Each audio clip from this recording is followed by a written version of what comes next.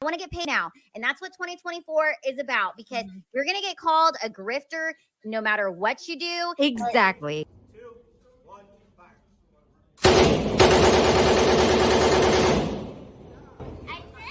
I'm Lila Hart. Hey guys, I'm really happy to welcome to the podcast a comedian. She's a Filipina American. Her name is Lila Hart. I am Donald Trump's wife. This is weird. He likes it. She got a hell of a punch. Ow! Ow! Ow! Wow, my shot is so good. Folks, you need to watch The History of Voter Fraud. This is an amazing 2-hour film. This lady and her husband that put it together are incredible. This information is being censored and needs to get out. Thank you. I'm with the great Alex Jones. What the is this movie even? Sex is overrated. Bitch, please. Put the gun down, Lila. Put the gun Get down on your knees. Lila, Get on your knees. Guys, I'm back from the bathroom. I've been snorting pixie sticks. And you didn't expect my little ass to just pop in there and be like, who the fuck is in my spot? And then he fucking knew. He fucking knew. All I had to say was, who the hell is parked in my spot, bitch? Do not. Ow! That was so close. Lila.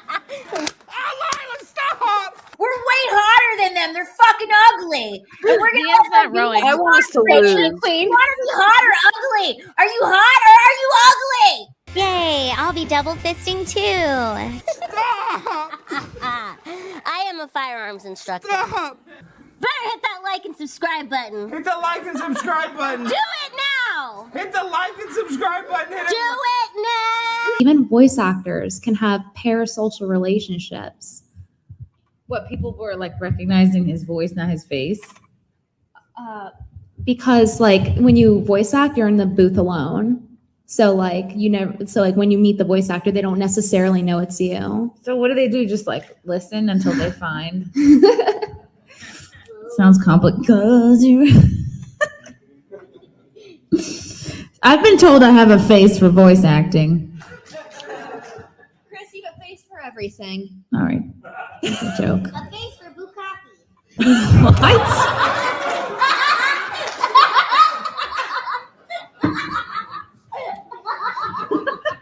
This is best. Immediate. I don't care that we'll never be invited back. I'm having fun. One bite. Stop it! Stop it! I'm not eating! I'm not eating your shit, fucking shit! No, you have to take at least 3. Go fuck your goddamn self! Get out of my motherfucking house! Never. Sorry. Why do you use that language in front of idiots? I'm tired of this gun rap in my home!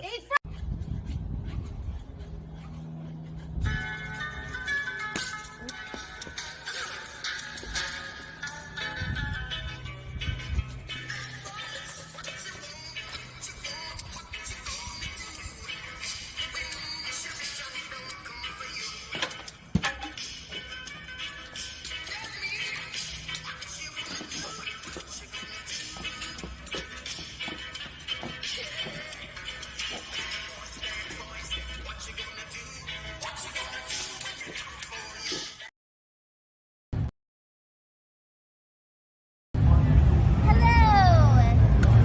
This is my transportation. Yay. Have you ever just had one of those days where you just think to yourself like, damn, it's a good ass day. The sun is shining, you get off work early. Praise Jesus, because you're just feeling blessed. It's days like today you gotta be thankful for, because you don't know the hell tomorrow could bring. Physically ambiguous. People are like, is she a little person? Is she a dwarf? What is she? I'm like, I am the baddest midget bitch. Okay?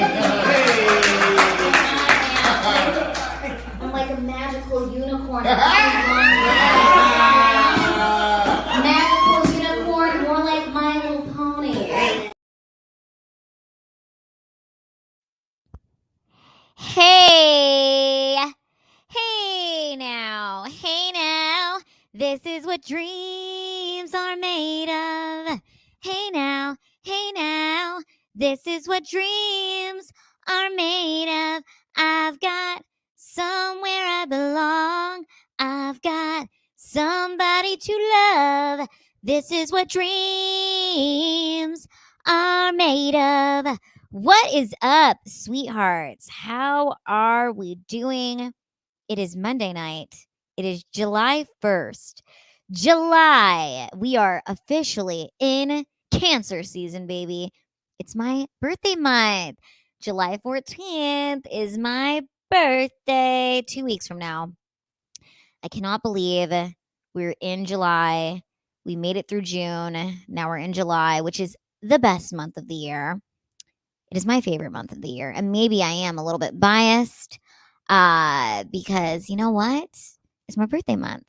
Anyways, how is everybody doing? We've got Probjo in the chat. Probjo is on the I-5 southbound in Seattle on her way home. She will be joining us as soon as she gets home. So everybody give love to Probjo. We love her so much. She is one of the top sweethearts. All right.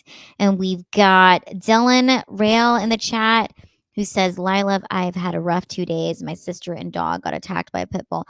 Oh my goodness. I am so sorry to hear about that, Dylan. You know what?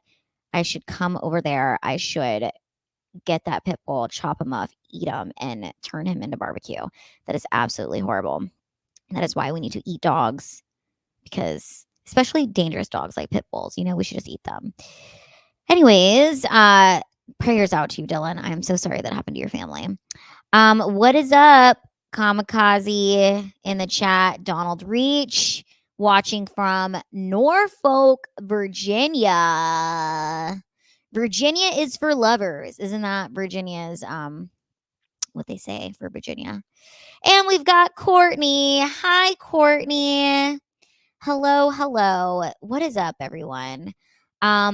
It is currently 9:34, which is very early for a late night Lila, right? We normally do a late night Lila in the wee hours of the night, like at 11 p.m., 12 p.m., 1 o'clock in the morning. So what is this? This is really just a night Lila. Welcome to night Lila. It's not too late, but it's not early either. Anyways, it is hot. It is hot in Texas. Hot. I mean, my goodness, the heat is intense. I'm talking 100-degree weather. Very intense heat. You guys, I have my tea. I've got my tea. Is it very hot? Hot tea. We've got our water, ice water. Ice water. That is nice. Ice water. And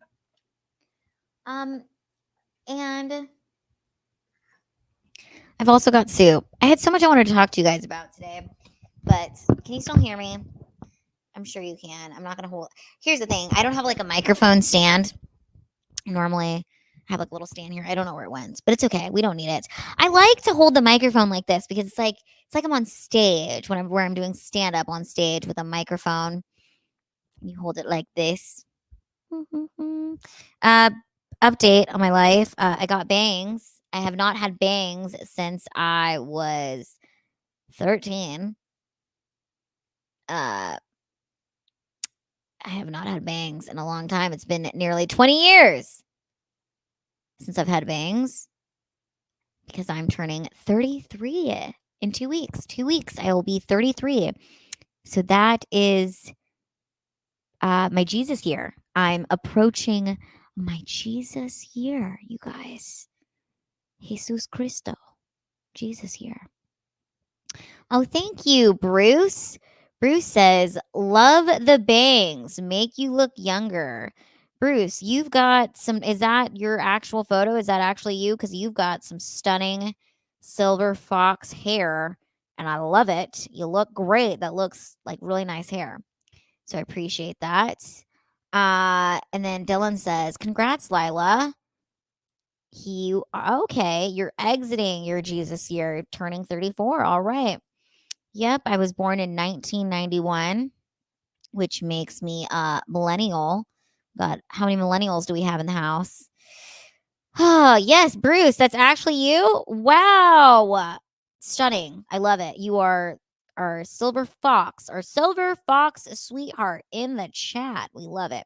Okay, you guys, I had Eric make me some soup. Look, let's see if it's hot. It's chicken noodle soup. Who has chicken noodle soup in the summer? I don't know. I do, but I'm hungry. This has turned into a mukbang stream now. A soup stream. Soup stream. I'm gonna eat the soup and feel better. And then I'll know what to talk about with you guys. Soup stream. Let me just get a couple more bites. Wait for more people to join the chat. We've got 13 lovely sweethearts in here, which we love. So it's great.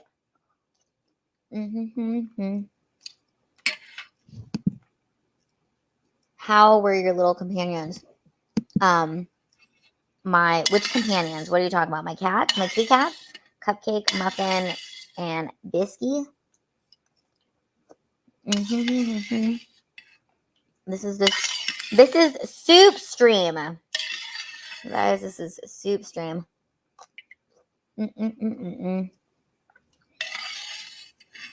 Oh, the Little Women. Oh, we will definitely talk about that during the stream. Let me just drink some of the soup. Yes, I went to San Antonio. What was it? Friday night? Yeah. It was Saturday. I went to San Antonio Saturday morning, flew in, opened for the Micro Maidens, which is like the Iron Maidens, but it's Micro Maidens. And they are a group of little women strippers who are amazing. So much fun to work with. The crowd was insane and awesome and fun. I think there was probably 400 people at the show. And I opened it up, did about 15 minutes of stand up, and then kind of helped with emceeing and hyping up the ladies as they were giving lap dances to all the different men and women who showed up to watch the performances. Okay. Soup is good. I like soup. I'm a soup type of gal. I'm a soup gal. I love a soup. I love a salad. I love a sandwich. I love a half sandwich soup from Panera Bread. Are you guys Panera Bread type people, huh?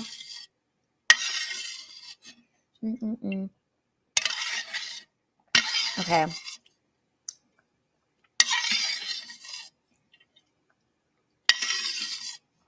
So, okay. We're done with that. A good little, okay. Does chili count as soup? Yes, of course. I think chili is definitely soup. It's like a very hearty soup. Very meaty soup. I love that. So yeah, these are my bangs. You guys like it. You approve. It's great. Nice. I had my hair up because I just felt like having it up, but I'll put it down.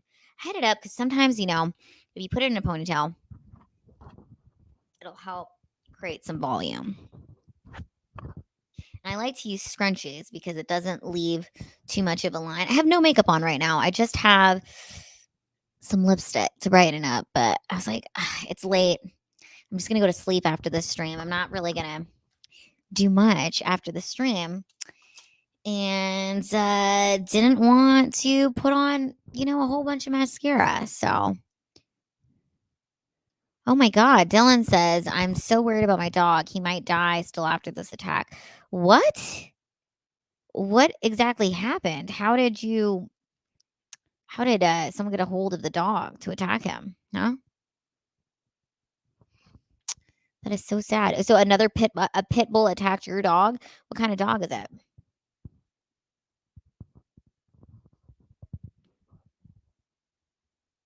Oh, your sister and the dog. And your dog gotta talk. Okay, for some reason, when I read that earlier, I thought it said my sister and my mom, not my dog. God, that is horrible. Unleashed by a neighbor? Are you going to be pressing charges?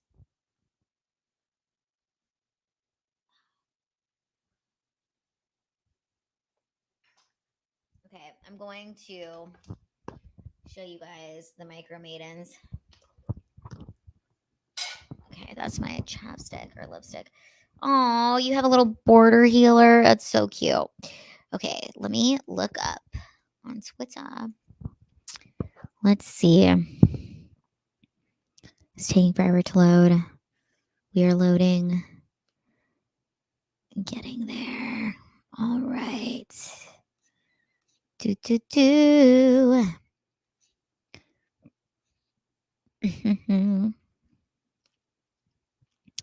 share my screen. Share screen. Okay. Sharing screen. Where are we? Okay. There we are. We're going to scroll through my Twitter so I can find you. Oh, this was Ron. Ron was the nicest. Okay, wait. Let me play this for you guys. So here's Ron. Let's play this. Hey guys, I'm at the airport, and look, it's my buddy Ron. Hi guys, how's everybody? He's the same guy that pushed me yesterday. Whee! It's the parade. Woohoo! We're here. It's gonna be on Instagram, right? Yeah, going back to Dallas, but first, gotta get my coffee. Starbucks. Oh my gosh, you guys. Ron was the absolute coolest. So here's what's funny. When I'm at the airport, I always get a wheelchair because and here's when I was like younger, I did a lot of traveling when I was 18 to 24. That's when I did most of my international traveling. And during that time, I was not it was not the time period in my life where like I talked about my disability. So I definitely did not use any of the disability like perks or benefits at the airport. Like I literally would just carry all my shit by myself. And sometimes I'd have to walk so far to make it to like connecting flights, especially when I was traveling internationally. Fun fact, I've been to 23 countries. So during this time period of my life from 18 to 24, when I was traveling all over the world, never used wheelchair assistance or wheelchair services. But after I started doing comedy and I got more comfortable with talking about my disability and I had to start traveling to do stand up in other cities, I really started to use getting a wheelchair. And what I like to do is anytime I get a person who's pushing me, I like to tip them very well. And like, they're just so, here's the thing, like, when you tip somebody, they're just so much happier and nicer. And imagine, like, they have to push so many different types of people through the airport, like of all ranges of disabilities. And they're like literally walking all day. So if I can make someone's day, give them a tip and they can go get lunch or like go get a coffee and we can have a great conversation, I love to do that. And then usually they'll end up following me on Instagram or on Twitter and we became buddies. But Ron was super just like sometimes here's what's crazy. I've had many conversations with many different people who push me in the wheelchairs at the airport, but Ron is probably in my top 3 favorite interactions with people. There was another woman in Rhode Island. Okay, let me just tell you about Ron first, and then I'll talk about the Rhode Island lady. So, anyways, Ron was super kind, super nice. I don't think so, Helga. He was just a nice person. You were too prideful and stubborn back then. Good to see you wisened up. No, it wasn't being too stubborn or too prideful. It was just the fact that I could actually walk a lot farther than I can now, you know? And what do they say? You use it or you lose it. Anyways, so when I landed in San Antonio, Ron was the first, there was like a line of wheelchair people, and Ron was the first person to pick like in the line. So I sat in the chair and he was just super nice, great energy. Just right off the back, I was like, this is like a nice person, pushed me all the way to the front, waited with me till the Uber came. We just had a great conversation, followed me on Instagram, and told him about the show that I was going to perform at. He was going to try to come, but he wasn't able to make it. Anyways, the next morning after the show with the Micro Maidens, I get back to the airport at American Airlines and I walk in and Ron just happened to be there. And I'm like, Ron, oh my gosh. And he's like, Lila, he's like, I watched your Instagram story last night. Like, oh, it looks like you had so much fun. It looks so awesome. And I was like, do you have to go push somebody else? And he was like, yeah, but you know what? I'll push you. So he ends up getting a wheelchair and pushing me. And it was just so cool. The only other time that happened to me where I got the same person was when I flew to Rhode Island to film Million Dollar Extreme with Sam Hyde. There was a lady who pushed me, and then the next morning when I came back, she pushed me again. She said she saw my name on the wheelchair request and she rushed to find me, and that was really cool.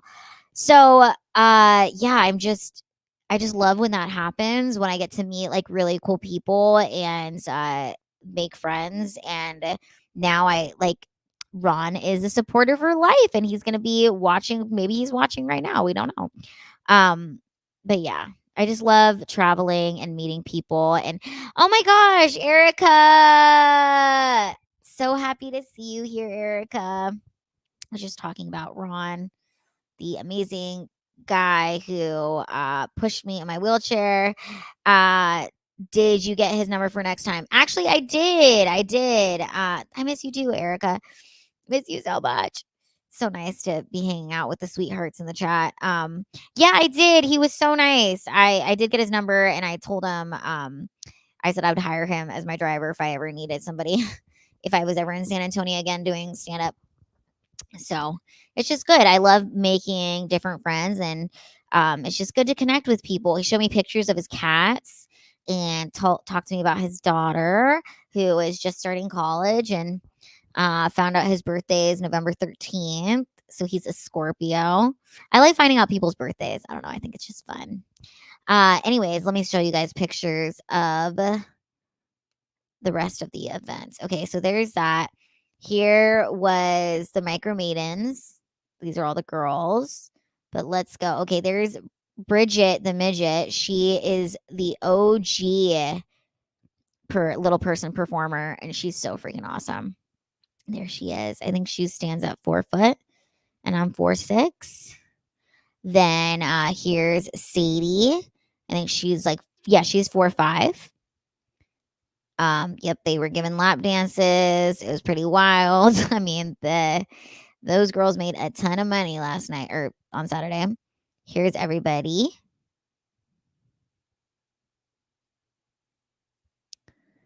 Sadie, Kai, Bridget, Little Miss Firefly.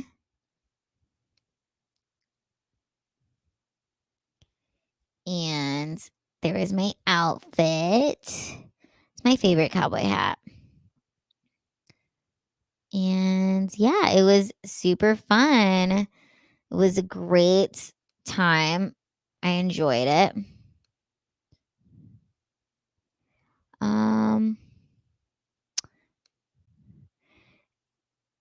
They travel in a pack. Yes, they do. It's like they have a tour and they go to different cities all over the country. And I mean, they really sell out. Like it's actually pretty incredible and in some ways like very inspiring. Just because I think it's just so cool that they work together and travel together. And, you know, I have that joke where I say half the size of a nickel, but twice the price. You know, call myself a dime. And I'm like, wow, watching these little women strippers, I'm like, they really do make twice as much as other strippers. So twice the price, indeed. Did you know them from LA? I knew Bridget from gigs I've done in LA, and I know Lil Miss Firefly. And it was they're just really awesome to work with. So okay, why am I lagging? It looks like I'm lagging. Oh my goodness. Okay. Let's see what's going on here. Sorry, guys.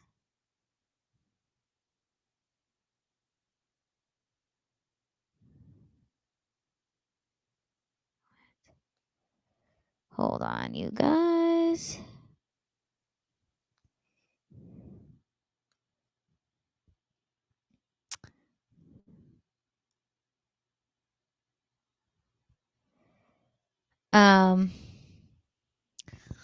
Let's see.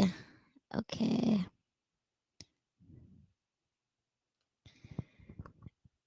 Bridget would be interesting to meet because she's done a little bit of everything. Bridget's awesome. Like, she truly is an OG, and she opened doors for so many little women, really, because she was like a pioneer in doing what she did.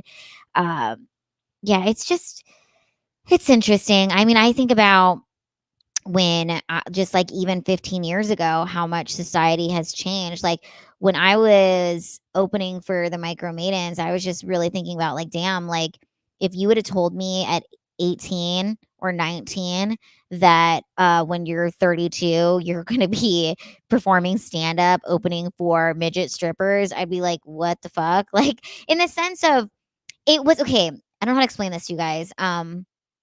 Growing up, I was made to feel like I wasn't attractive because of my disability, because of my height, and then to see how, like, much the world has changed and how we become more accepting to the fact that now these little women can perform and travel together and then actually, like, be shown love by people, and it's like, and it's not being made fun of. Like, I mean, these men were like spending a lot of money and just like really happy to be there, you know what I mean? So it's strange to say, but like, it was really inspiring. And the people that were running it, like, they just treated everybody so well, and I felt like just happy to be there because I was getting treated with respect. Everybody was so kind. And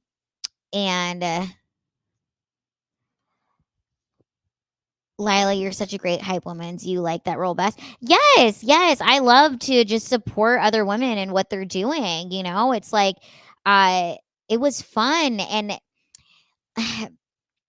it in some ways, I know this sounds weird, like, make people weird, might feel like this is weird, but it's like it was healing for me in the sense, like, watching these women perform and seeing all the fans that would come out to watch and, like, actually support them, and, like, just, it was freaking cool. It was really cool because, again, growing up, I just, like, felt really bad about myself, and then now I'm like, every woman just wants to feel, like, sexy and accepted, and, you know, we're all just figuring things out. Host slash co-host, master of ceremony is such a good role for you, in my opinion. Thanks, Erica. Thank you so much. I really do love it. It's so, I just like doing that. I like hyping people up and bringing them on stage. And in fact, I'm going to be traveling with them in Washington. The show is so fun. Like, it's just, I mean, when are you going to see a group of women under 4'9", hot, attractive women who are like badass and, you know, confident in themselves perform on stage? It's just like, it's such a unique show and experience to watch. And I mean, again, you have like the OG Bridget the Midget. You got Little Miss Firefly, who's like 3 foot tall. And she is also like, she does a bunch of different tricks and stuff. I mean, she's a true like stage performer. And then in Washington, when I perform with them July 31st, we've got Sassy Cassie, who's literally the world's smallest stripper. She's 2'10", and she's one of my best friends. I mean, she's incredible. So that's, what does Chris say? Kids are mean and cruel. All of us were made fun of growing up. Evil people will always be able to find the button to push because they look for it. Sad but true. First rule, no F's to give. That's true. That's absolutely true. It is. I mean, I think that we all, it's part of life. It's part of being a human being, right? Is feeling different and feeling excluded in some way. And I mean, this life is a journey. A ray of light. Hey, Lila and friends. Good to see you on here again. Yes, It is so good to see all of you guys here. Let's watch this video. I'm going to play from June 29th, 2016. A message from myself. Okay, I'm scrolling. I'm finding it, guys, and then I'm going to share with you. Ba-dum-bum-bum-bum. I'm loving it. Okay.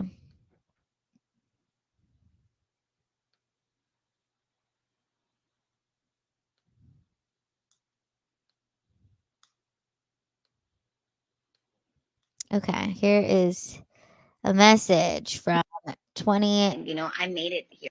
16 Lila about reading all the comments. This is 8 years ago. This is when I first started stand up. I was 24. So let's see. I was 5 months into my stand up comedy career. Here you go. When you put yourself out there, a lot of people are going to have a lot of different things to say. I have some hate when my friends are like, oh my gosh, did you read those rude comments about you, like on a photo or something? Some people are going to really love you and some people are not going to like you at all. And that's just, that's just how life is, for real. My point is if you want to make it big, if you want to really make something of yourself, you have to accept the fact that there are going to be people that are going to hate on you. So what? Who cares? So yes, as a matter of fact, I do read all of the comments, even the mean ones. And sometimes the mean ones are funny as hell. I'm like, yeah, I do got some chopstick looking legs. So what? Because at the end of the day, what a lot of people fail to realize about me, there's a lot of things in my life that I'm just really freaking grateful to be able to do. Just to be able to walk alone makes me really happy. So a lot of shit doesn't faze me. The sad thing about all of this is there's a lot of incredibly talented people out there who are so fearful of putting themselves out there in the world because of what haters might say. For me, it's the trials and the challenges that I've been through which have really developed me into be really like thick-skinned and really just not caring. I made it here by myself. So if you want to call me ugly, go ahead. I know I'm cute as fuck. And if you want to call my legs chopsticks, that's fine because these little chopsticks get me from point A to point B and I'm happy about it.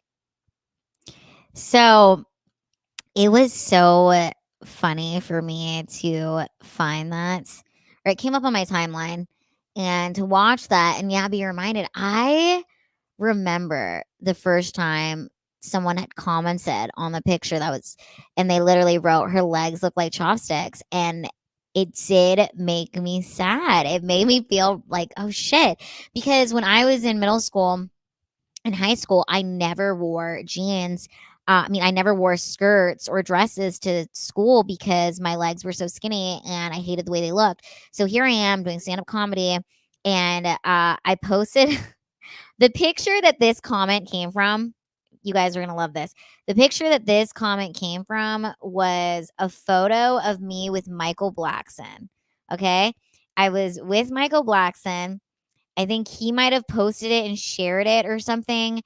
And his fan base, they can be really just, say mean stuff. And a lot of people were like, oh my God, her legs are so skinny. Why are her legs so skinny? Damn, her legs look like fucking chopsticks, which at the time I was really sad about.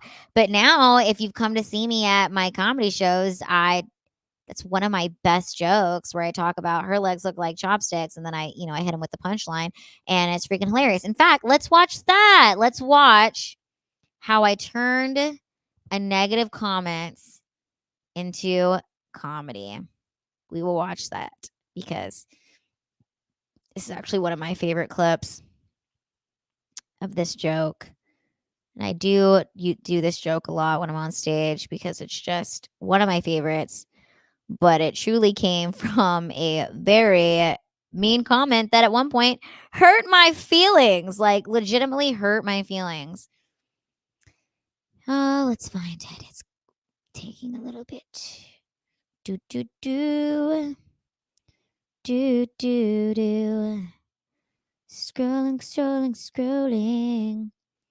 We are scrolling, looking for this clip.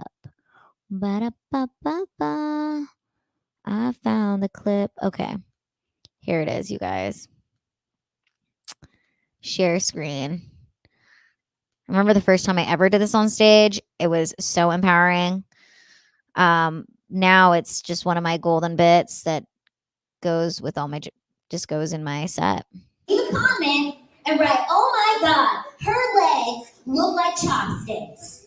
And I was like, damn right, these are motherfucking chopsticks, okay? Because what's in between is shrimp fried rice. And you can eat it for the right price. This is a great crowd. It's magically delicious. Taste the rainbow. Yes. You look like you could eat. Leave a comment and Oh write, my "Oh my gosh. God, her legs look like..." Oh, wait, hold on. I got it. Hold on. That was such a great crowd. Hold on, I'm getting messages. 1 second. Okay. So, thank you. Thank you, Aurelite. Thank you, Erica. And yes, I think this is true. You were just working out the chinks in your armor of God. Becoming untriggable is a superpower. Thank you. And I have to remind myself of that because I feel like I have let comments like trigger me lately. And I'm like, ugh, maybe that's why that post came up or that old video of me come up because, yeah, if I'm being honest, I have let some comments trigger me lately, but it's okay. I'll just turn it into comedy. I'll turn it into more stand up. But think about that. You know, how sad is it that there are some super talented people who probably are too afraid to post, um, post their stuff because of the fact that they're worried about what other people would think. I know it took me, I mean, I've had a YouTube channel for like 14 years and it took me a long time to even start posting stuff on YouTube. I had a YouTube channel before I did stand up. And yeah, the comments used to really hurt my feelings before I did stand up, And now, I mean, gosh, maybe now they still hurt a little bit, but I can turn them into something. And I think, you know what? It's not even that, like, I feel like I don't necessarily get mean comments now, but like sometimes when people comment and they like make certain assumptions or like maybe they take what I say out of context and then they like make assumptions about me. And I think that's what hurts too. But the truth is like, that's true, Erica. Imagine the people saying the comments though. Yeah, that's true. It's like maybe they're going through something in their life. So I'm going to share with you guys what triggered me to get bangs. So I got bangs on June 27th, June 27th, which was, I think is the same day as that video came out. Was it? Now let me get my dates right because I'm interested to see if that's the same. Ba-da-da-da-da. Okay. Bear with me while I scroll. Bear with me. Lean on me when you're not strong, and I'll be your friend.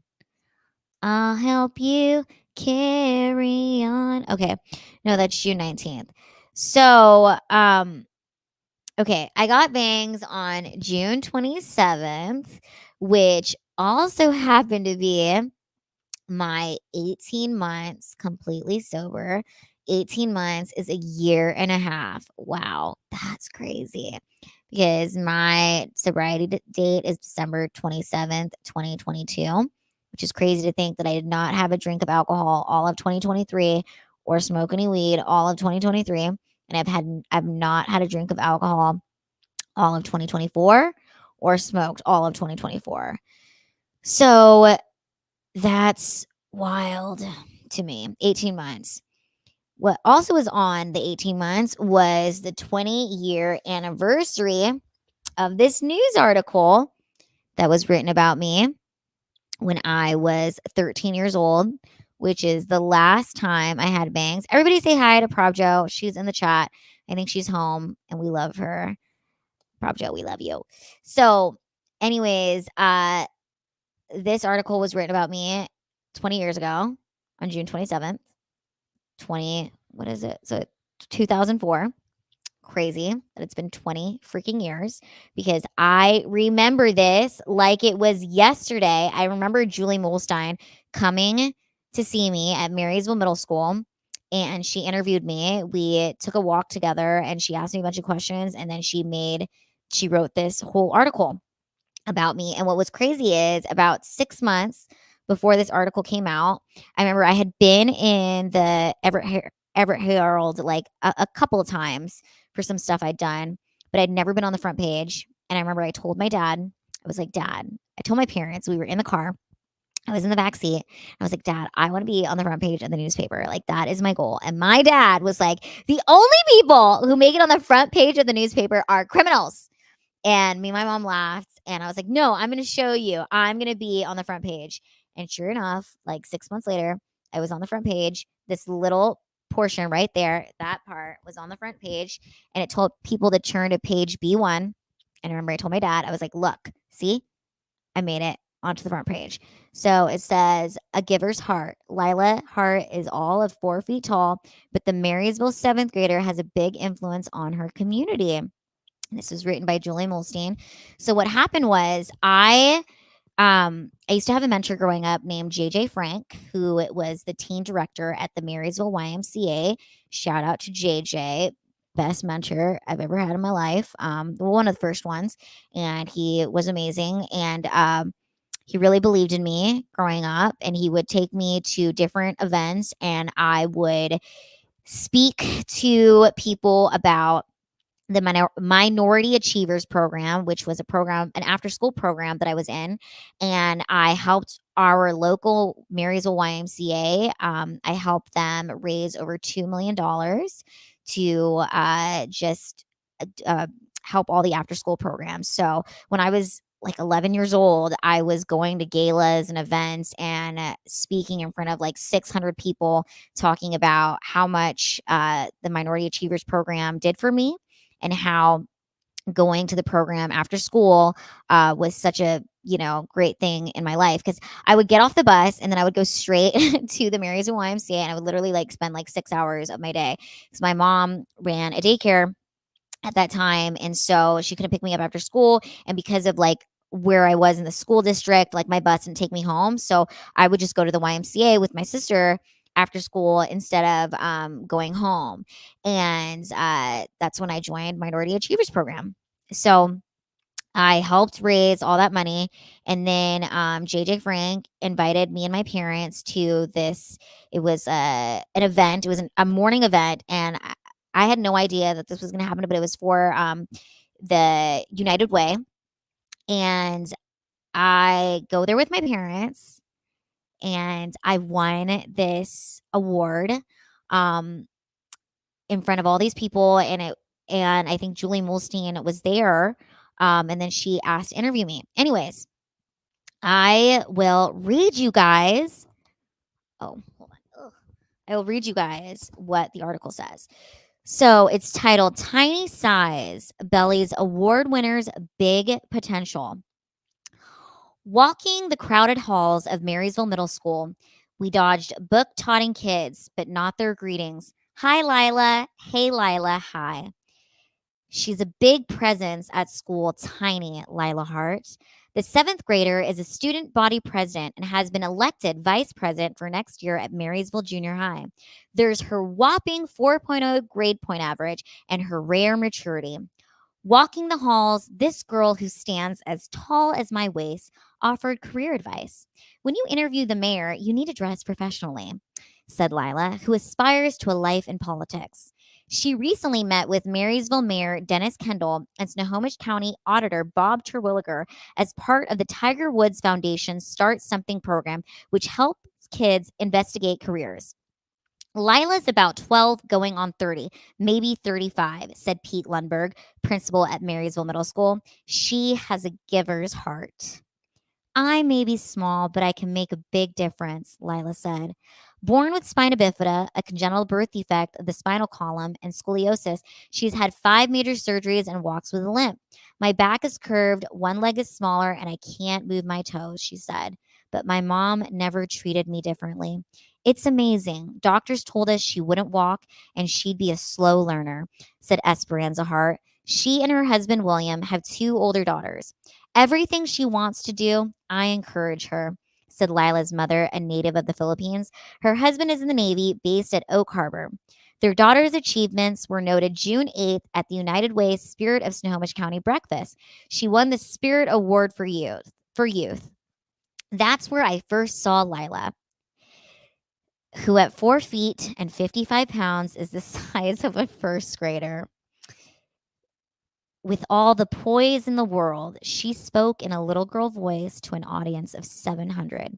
Among them, Everett Mayor Ray Stevenson and Kathleen Kennedy Townsend, eldest daughter of Robert Kennedy.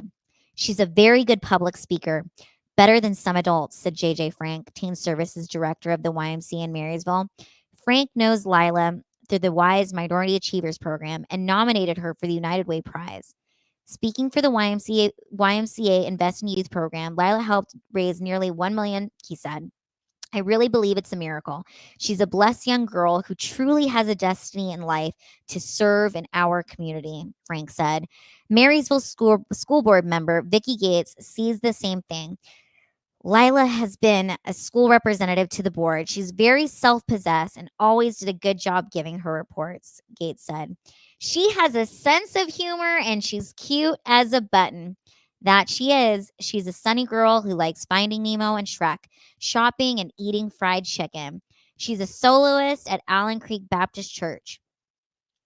Challenged herself. She's tuned into others. She makes a point of smiling when she sees a student in a wheelchair. It takes a lot of courage to roll down those halls, Lila said. Well, it takes courage to walk down those halls. I was honored to share the walk. Oh my gosh. That makes me emotional. It's kind of crazy to think that it's been 20 years, but like I don't feel like I've changed all that much. And how did I not grow taller than 6 inches?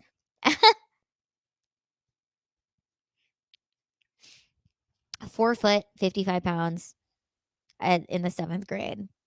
4'6", 85 pounds at 33. Wow. I only grew 6 inches. That's wild. I think the part that gets me is the end. I do remember walking with Julie and seeing this girl. Her name was Shelby, and she was in a wheelchair at my school. And I said that to her. I was like, yeah, it takes a lot of courage to roll down the halls because people are mean, and I really admired her. Anyways. So, yeah, I think reading that just reminds me that I've always been me. I'm still me. So it doesn't really matter what people say online, what chats say, or, any negative comments. I know who I am. And I've always been the same, And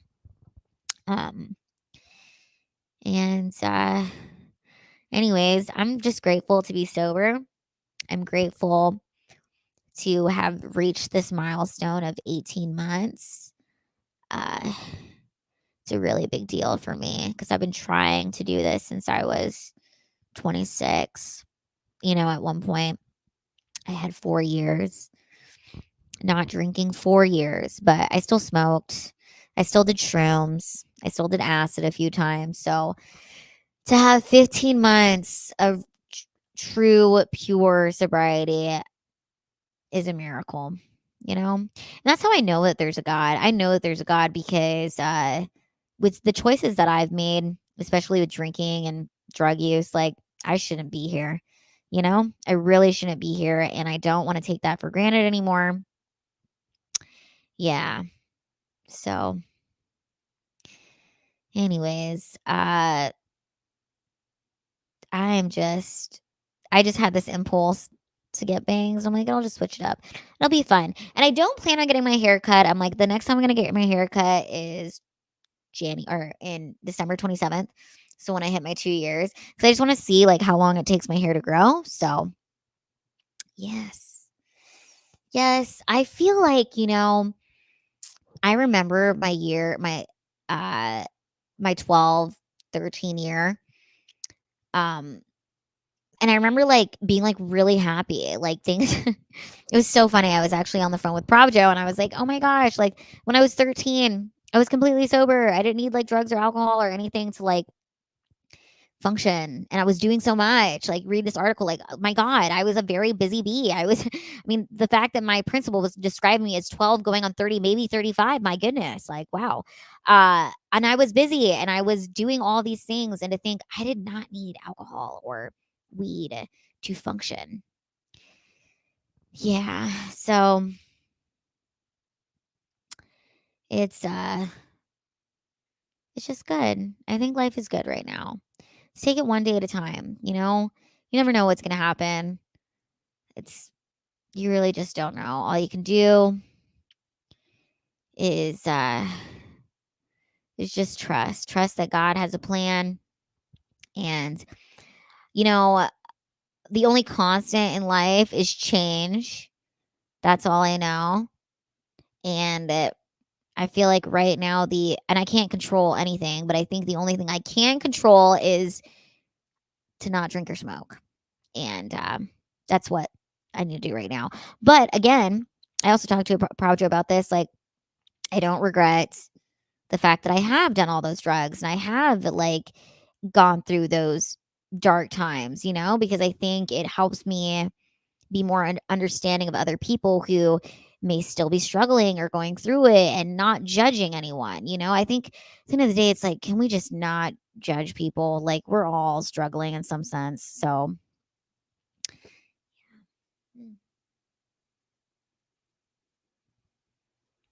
thank you, Adam.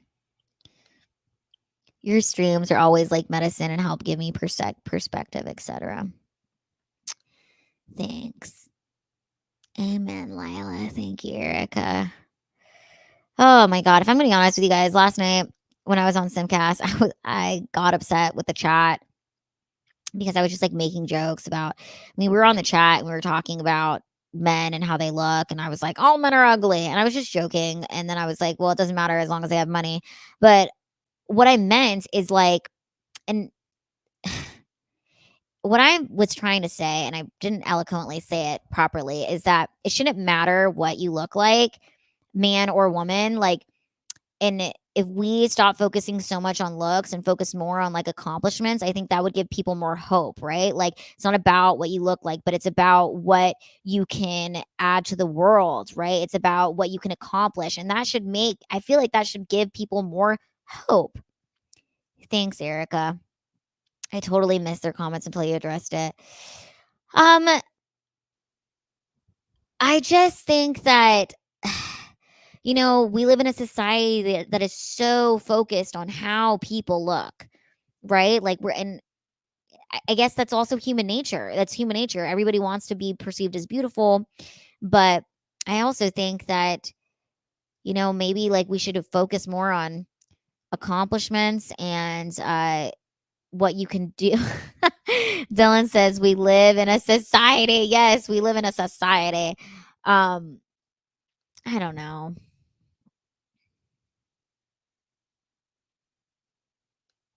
Yeah, the week before it stressed me out with the blind singer.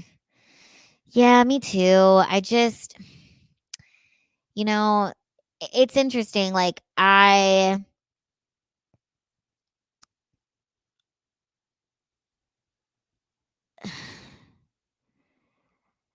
just want to be less judgmental to myself, to other people. And maybe that's what I'm going through right now with all this sobriety stuff. Like, I judge myself a lot.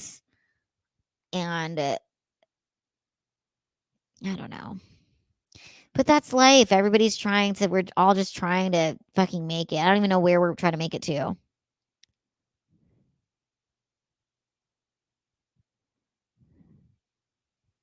Yeah.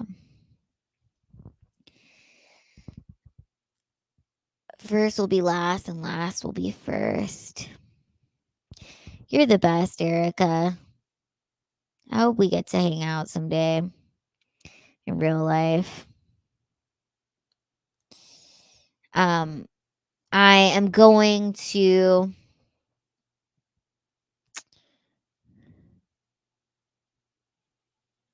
What's up, Sam? Yes, I'm streaming. I'm here.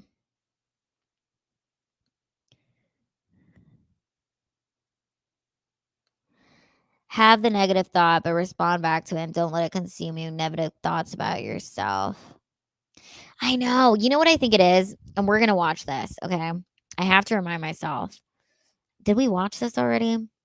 Did I talk about this on here? If we haven't, we're going to talk about it. 2.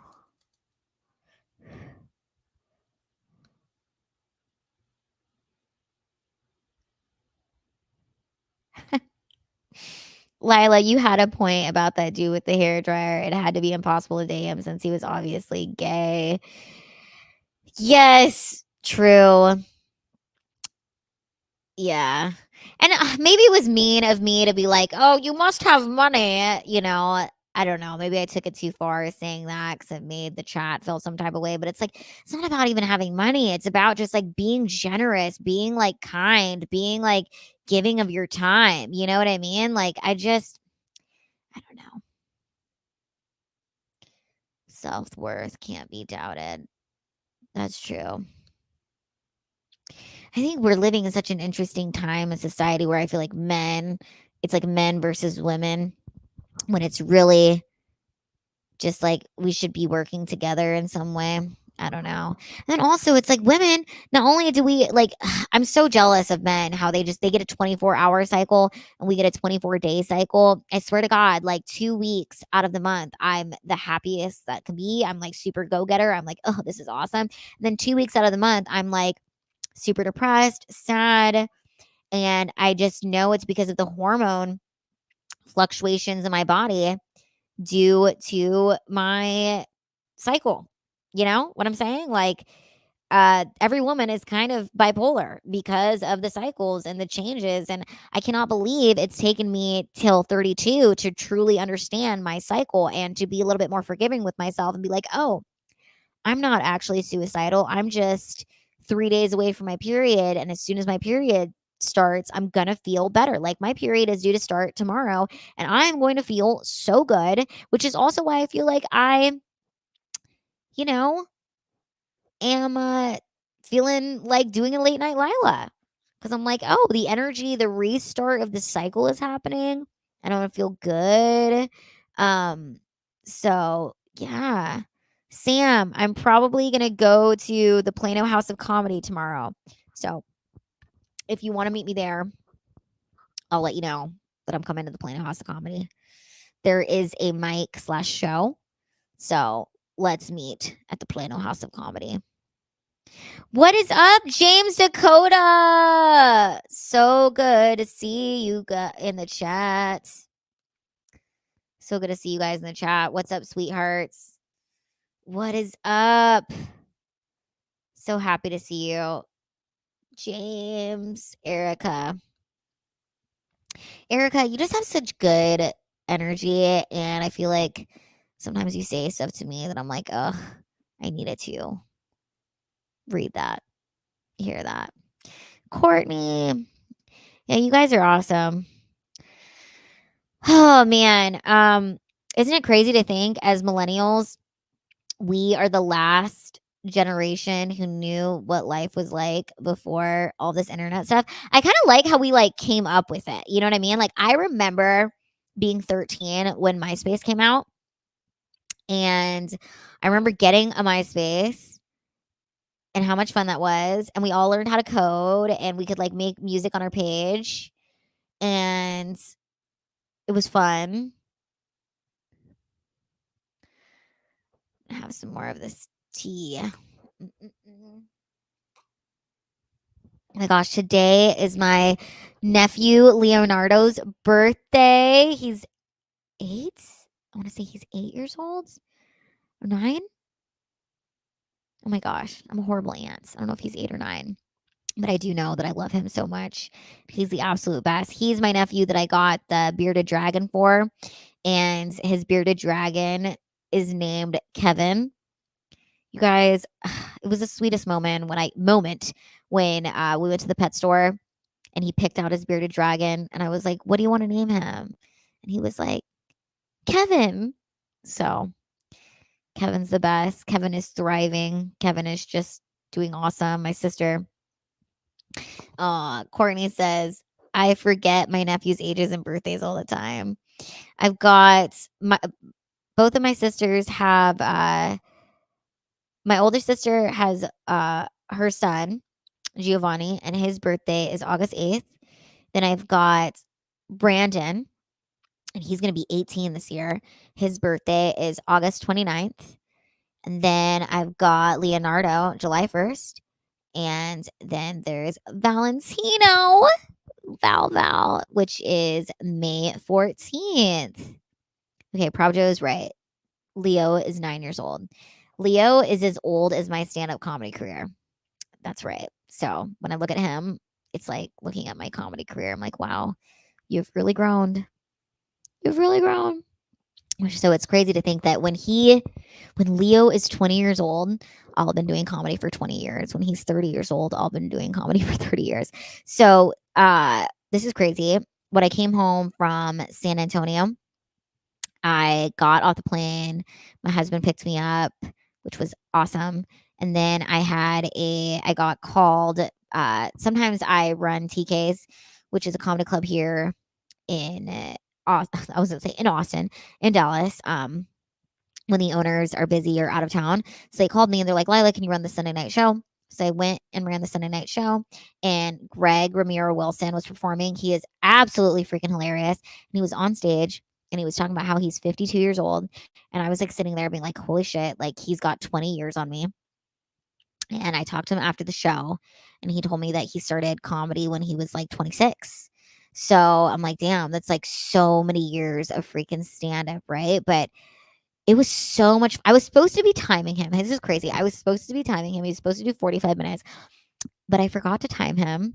And I was having so much fun laughing at his jokes that like an hour had gone by. The whole crowd was just loving it. Like the way he was able to weave in between his bits, but then also like talk to the crowd and then like make jokes about the crowd and like keep referring back to the crowd. I mean, it was incredible. It was really something to like learn and watch from. And I was just having a freaking blast. So then at one point he was like, Lila, how long have I been up here? And I'm like, an hour. And he was like, okay, do you guys want me to keep going? They're like, more jokes. So he probably did an hour and 15. And afterwards I was like, I hope that was okay. And he was like, no, I had fun too. And I'm like, I just told him, I was like, I was thoroughly enjoying it. I was laughing so hard. That I think I was making the people around me laugh simply because I was laughing so hard. But I mean, it was like watching a comedy class in some ways. And then anyway, so I was thinking like, wow, this guy has 20 years on me in stand up. I mean, that is so much experience. So it's like me approaching 9 years of stand up. It's like, imagine how I'm going to feel when I've been doing this for 18 years. And then my nephew will be 18. That is fucking crazy. That's crazy. Anyways, how are you guys doing? How's your night? Are you having fun? Everybody doing good? Hold on. I just got this. Look at this. Oh my gosh. I got this like portable charger thing, but it's at 5%, which I'm so confused. My phone is at 80%, but now this portable charger thing is only at 5%. So I'm like, huh, that's interesting. That's pretty cool though that it charged. This is like really hot. I'm going to charge this and keep it in my purse. Got it online because I was just like, I'm so sick of my phone.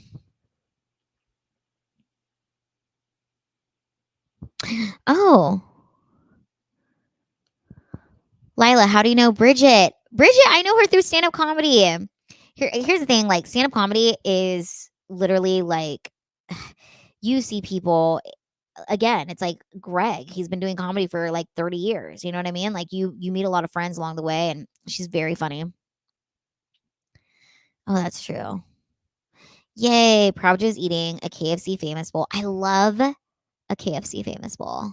I love a famous bowl. It makes me feel so famous.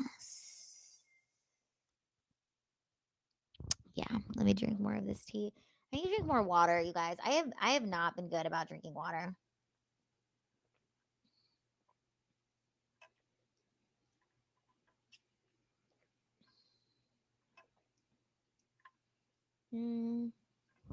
Okay, so I think my goals are to drink more water. My goals are to be nicer to myself. My goals are to be just less judgmental. I don't know. Yes, this is a part of the cult rule. Drink more water. Aurelia, would you ever do Kill Tony? You'd kill. I've done Kill Tony. You want to watch my first? I've done Kill Tony 6 times. Let's watch my first Kill Tony, or like let's watch one of my Kill Tonys. You guys want to watch it? I've done it 6 times. Let's watch. Which number is this? Oh my gosh.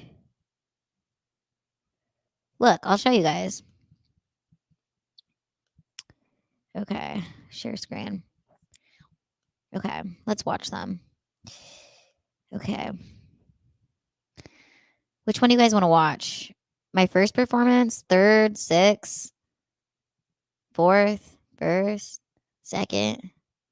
Which one would you like to see? Do you want to watch all of them? Oh my gosh. 5th performance. Wow. I've done it 6 times.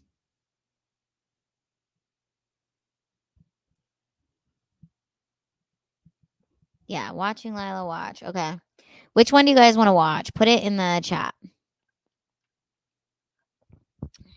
I did Kill Tony when it was, I don't know what my favorite one is. Let's do the, okay, someone said 4th. Oh, there's 6th. The 4th one. Okay. Okay, here's what's crazy about this too is this was during like when all the comedians were allowed to watch on stage. Like all the comedians could actually come. There was a section for comedians. Okay, so let's watch the 4th one.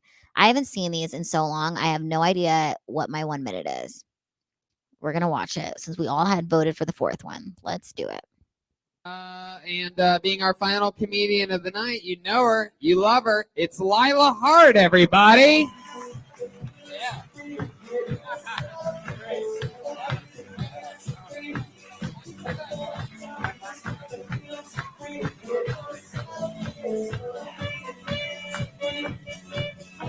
Come on, it's your last comedian of the night, Lila Hart. Closing the show. I'm going to skip right past the small talk and get right into it, okay?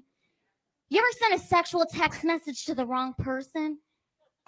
I was sexting with my dude and I was like, hey, I'm about to get in the shower, about to get ready for my show. And the only reason you would text a man you're about to get in the shower is let him know I'm about to be naked, I'm about to be soaping up. Think about that. And of course, he texted me back. He was like, you're about to be naked and wet without me.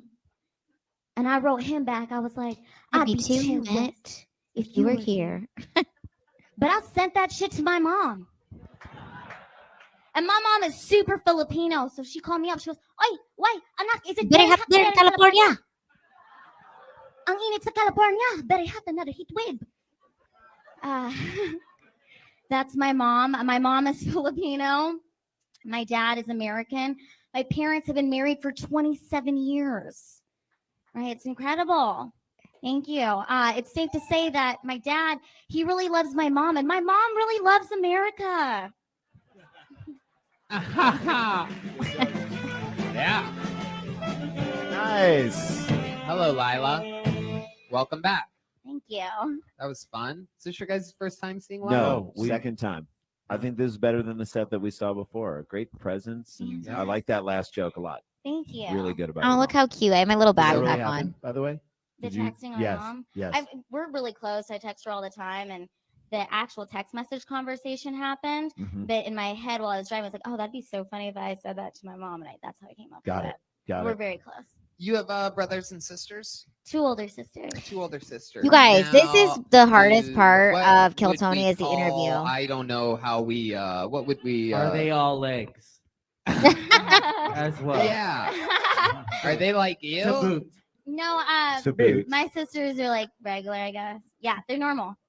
What Oh, would we- you're normal. Well, I have spina bifida. We Okay. talked about that, yeah. Yeah. But I'm Filipino. So. Oh, I Which got it. I don't know what's I don't know worse. I don't know what's the bigger So you have handicap. spina bifida. I'm so sorry that Oh, you're I Filipino. was so. I feel like It's a I good would joke. Have to have so spina different in this bifida. interview. So It's that, gonna be okay, nice. so Why don't you lay those two watch things this. I love it. You lay that out at the very beginning. I can see you guys. I say I tell people what I know. I can see you guys feel sorry for me. There's nothing I can do about being Filipino. I think if you just throw something like that twist in, I think that Yeah, would you're be like- Yeah, I'm not a midget. I'm Filipino. That's Yeah. where I go. Like a with tiny it. Pacquiao or something like like a- that. Yeah. I'm mini Yo, Pacquiao. Pacquiao. Mini Pacquiao. Mini Pacquiao's not bad. I love your cowboy boots. You look like you just rode in on a horse on a stick. Oh my god, I was wearing cowboy boots. I was like, and I had no idea that I would be Have I ever? living Have I in ever asked you Texas. what you do for a job? Yeah, digital advertisement. Okay. But I've been doing this show called Small Talk. Uh-huh. Small Talk with Lila Hart's my YouTube show. Wow. I actually interviewed Malcolm on it, so if you guys want to check that out, Nice. it's Oh. on YouTube. And it's just an interview show with you. Yeah, and it's on comics? Channel 310. That's the name of the YouTube channel, Channel 310. Channel Great. 310. Okay. That's awesome. I What have a is it? show on YouTube called Dark Talk. Oh, God. We talk shadows, the color black, eyeliner, the inside of my soul, depths of wells, thunderstorms, Yeah. bleeding from the wrists. Ooh. Okay. Whoa. Wow. All Sounds right. really fun. Do you even want people to follow that channel? All right, fine. That's what we were expecting. Solid. It's a good attitude.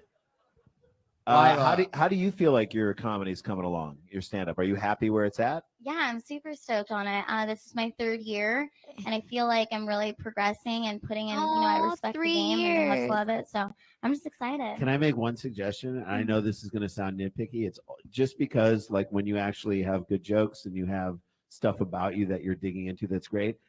And this is a mistake that I think we made a lot when we started out, is you kind of take on a comedy voice, which is Mhm. not your voice, which is not your actual speaking voice. I love your actual speaking voice, but I feel like when you get into the bits, there's more of a stand-up-y Yeah. voice that is Mhm. not your voice. I just want to hear more of your voice. Oh, You that's good talking the way advice. you talk, the way you're talking right now, and the jokes will still be funny and they'll still hit. It just won't be, in my shows a opinion. level I of agree. like Thanks, comfortability, Erica. Yeah. I agree 100%. and it takes a little of the polish off of it, Mhm. which I think makes you more real, because you have a Right. lot of cool, real shit about you that you're easily digging into, and I think that's my little 2 cents. Let me pause this for Yeah. a second. Um, It's interesting that he says that because there are some parts that I agree with him there, and there's some parts where Erica, you're totally right. You like the comedy voice, because I feel like when you're performing, or when I'm performing in a stadium, like let's say I was performing for a theater, right? When you're performing in front of a theater and it's 800 people, you want to come out like it's boom, boom, boom joke, like pop, pop, pop, pop. It's like that's how you want to do it. Because if you come out there and you're like a little too casual, I feel like that's more, for me personally, that's when it's a room of like 10 people, a room of 5 people. Okay. But when it's a big crowd, like I'm showcasing, I'm putting on a show for y'all, But when it's like an intimate, there's 5 of us here, maybe I'm going to be a little bit more loose with it. So I don't know. Yeah, Aurelia, you're right. It's when you're on. But I think it's great. I like the advice that they were giving you, but you guys have to understand that was me 3 years into stand-up comedy. And now I'm nearly 9 years into it. Even the way even now me watching that, I personally, because of just how I am now, I can feel that I was nervous to be in front of them be like talking to all of them. Whereas now I feel like being at nearly 9 years, and if I was in the hot seat, it would have been the way I would answer questions. Also, the minute I would have done would have been so different. But yeah, it is kind of fascinating to watch and see how I was. Okay, let's keep playing it. Let's see what else they said, because this is going on. So what have you been doing like for fun when you're not doing the podcast and you're not doing digital advertising and you're not doing stand-up? There must be something You like to do go for, out, right? You like to get go out. away, meditate, you go to the beach. What do you I just do? got back from the Philippines. I visited my mom. So sweet. I've been back. How was that? It was amazing. My Did mom. did United try to put you in the overhead bin? Come on. No, she's still here and Come alive. on. all They right? learned their lesson. That's all right. But my mom is one of 8 kids, so we had a family reunion, and my mom hasn't been there for 15 years, so she was there for a month, and I surprised her and flew into the last week of it. Wow, that's so cool. What's it like in the Philippines? It's really rural. I mean, it's a lot of like dirt roads, and it's very poor in the area. They're from Dinalupian, Bataan province, so.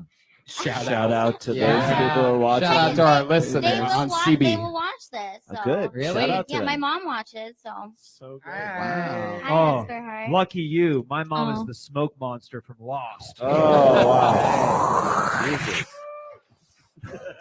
That actually is appropriate.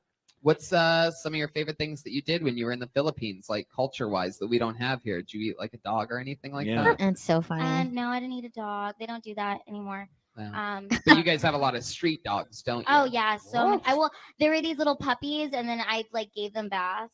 I don't know if I was supposed to do that, but And then you No. put and then it I in a liked picking manila out the envelope. fleas from them. It was fun. Oh.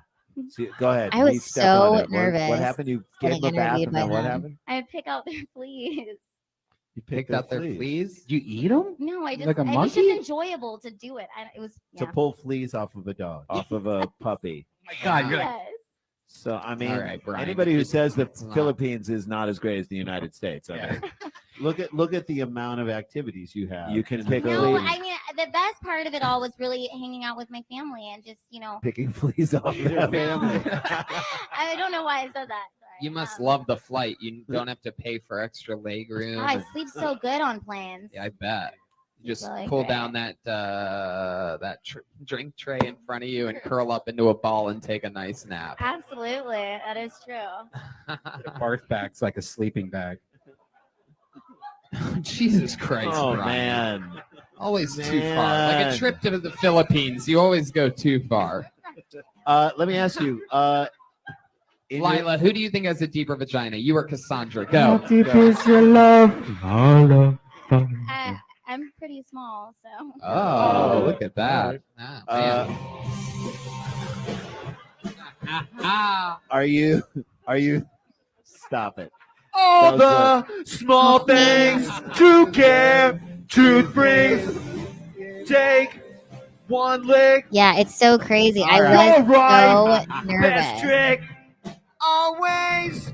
3 I years in. know you'll be at my show, laughing, waiting, commiserating. Staying so I not go. Turn the lights off. Carry me home. Hey, is that Josh Adam Myers from the Comedy Jam? What are the odds of that? For me to First time we've ever fucking sang a song in a while. remember. The host of the goddamn Comedy Jam, The Josh Adam best. Myers. Josh Adam Myers. Jam, baby. Are you dating anyone right now? I am really not focusing on that area of my life right Okay. now. Why? Jesus Christ. What is going on What are you here? focusing Oh on? my God, Oh, Brian. okay. Here's What the are you thing. focusing I'm on? single, but I'm never really alone. You know what I mean? It's What does that focusing mean to you? What does that mean? Take your time. I just don't think it's like not something I want to be focused on. I want to. I baggage. don't want people to look at me as like just somebody's girlfriend. You know, Hold on, Chroma Chris. Have you met Jason Weeman? he's my friend. Stop it, Chroma Chris. Now I see why you never Ah, talk. cool. You're not supposed to talk. Dude. Fuck. Take it easy. He's That's old. how you treat him the first time he talks on this show? Whoa. Come on! He's only 0 for 1. Give him credit. So you're not focusing. I want to kill myself right now. Wow. Okay. Not focusing on that area of your life. Okay. I'm sorry. But tell us, like, why? Why do you think that is? But you're not explaining. Because let me tell you something. I wasn't. Every time that I find myself truly not focused on that part of my life, that's been every time. Like I was telling everybody that right before. Pravjo, I totally probably said I wish you sang. When all the small things started playing, if I was there now, I would have started singing and I would have turned it into like a jam. And yeah, it's so crazy. They were so focused on what my relationship status was. And it's like, can we focus on the stand up? Before I met my wife, I'm like, oh, I'm fucking single forever. Life is perfect. I'm fucking banging chicks and I have money. Everything is good. And then he got married. Yeah. So how long have you been in this mindset of staying single, not caring about dating? The last 10 months of my sobriety. Oh, so it's the sobriety. No, you know, it's I am in a really good place in life right now. Great. And I'm very happy. Yeah. Awesome. Absolutely. I love it. I love that. There's nothing wrong with that. Wait, Absolutely. And I think that's when you really are the most attractive, you know, is when you're happy. And Yep. Well, I mean, you're also pretty attractive when the person is drunk. You know what I mean? Yeah, right, like a talking fleshlight. Wait, what? Nothing. Okay, I knew you were. Hey, bring up the sound effect board. Wow. Let's talky more soundy pops. God, it's right? so funny to like do the think about. There's so many Run jokes the thought, that I pop. would have added into the conversation and like kind of punch back at them. But I was so nervous. But then again, I was only Tie your 3 years mouth in. before you open it. Lila, where can people find your podcast? iTunes, it's Small Talk, on YouTube. It's channel 310. That's channel where you 310. can subscribe. Small Talk. And there's 4 other shows on there. Secret Black People Meeting with Niles Absence, Lunch and Brunch with Arthur Hamilton, The High Tonight Show with Victor Martinez, and it's Eric Abenantes, who directs a lot of the shows. So. Well, there you go. There she is, Lila Hart, ladies and gentlemen. Thank you She's on so Twitter much. at Love Lila Hart. That is so sweet. See, look at that, you guys. So here's what was going on in my life at that point. Eric and I were dating, but I wanted people to see me as a stand-up comedian. And if you hear in that conversation, I was like, I don't want to just be seen as somebody's girlfriend, right? Because they were so like, who are you dating? Who are you with? Blah, blah, blah, blah. And it's like, can we just focus on my stand-up? And I'm not even sure. And then at the end, when they asked me like, you know, to shout out, I shouted out every show that was on our network. You know, all the guys had their show and I shouted them out, which that was pretty cool of me. That was cool of me looking back on it now to shout out my friends and promote their shows and try to be a team player. You know what I mean? So yeah, and that's how Lila killed Tony. Yep, if you guys want to watch the rest of my Kill Tonys, check it out. They're on YouTube. Just type in Lila Hart Kill Tony. And yeah, they shouldn't be asking that anyway. I know, isn't that interesting? And that's like, you know, the thing I find so fascinating about stand-up comedy, freaking politics, all of this stuff too, is like, shouldn't it just be about like the craft? Like, why are you so interested in who I'm dating? Why has society become that way? Why are we so interested in what people's sexual orientation is and what they're doing? It's like, can we just be interested in people's arts? Can we not make it about like who you're fucking, who you're sleeping with? Like, it's just bizarre. You know what I mean? So, yeah. And I think about back then, it was like, God, that was so crazy. I was 10 months sober, 10 months of not drinking alcohol. Be honest. What do you think of Tony Hinchcliffe? I will say this. Tony Hinchcliffe is a genius for what he has created. the way he has branded his show. I mean, it is an incredible podcast, and it has given a lot of opportunities to comedians, young comedians who otherwise would not have the opportunity to be showcased in front of so many people. I mean, there are times I've still been recognized from my Kill Tony appearances, and especially back then when I was on Kill Tony, I mean, I would get stopped and people would be like, "Oh my God, I heard you on Kill Tony," or "I saw you on Kill Tony." So I think it's really cool. Um, and I'm really happy for the comics that it's really helped. So, and I'm also really just I'm really just proud of the fact that I fucking did it. You know what I'm saying? Because it is hard. Like it is the one. First of all, to just do 1 minute of stand up is difficult.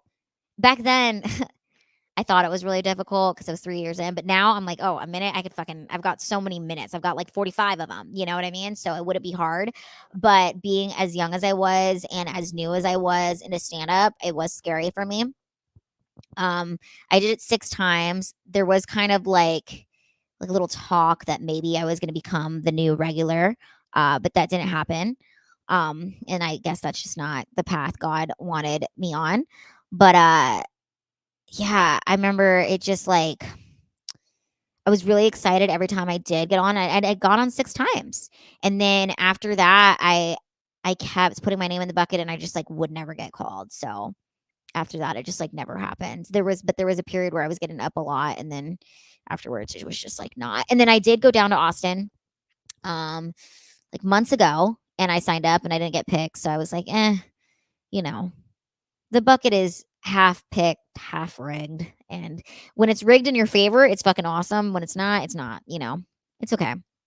I feel like I'm at the point now though, like I wouldn't want to do the 1 minute. I'd want to be invited to like sit and hang out and talk. You know what I mean? But I just have to keep working on building up my fan base so they would think I was worthy of sitting there. So who knows? Who knows what'll happen? Sam says, feels like we had the discussion on another stream, LOL, being defined by who you sleep with. And it's like, yeah, that is, I think that's like so irritating.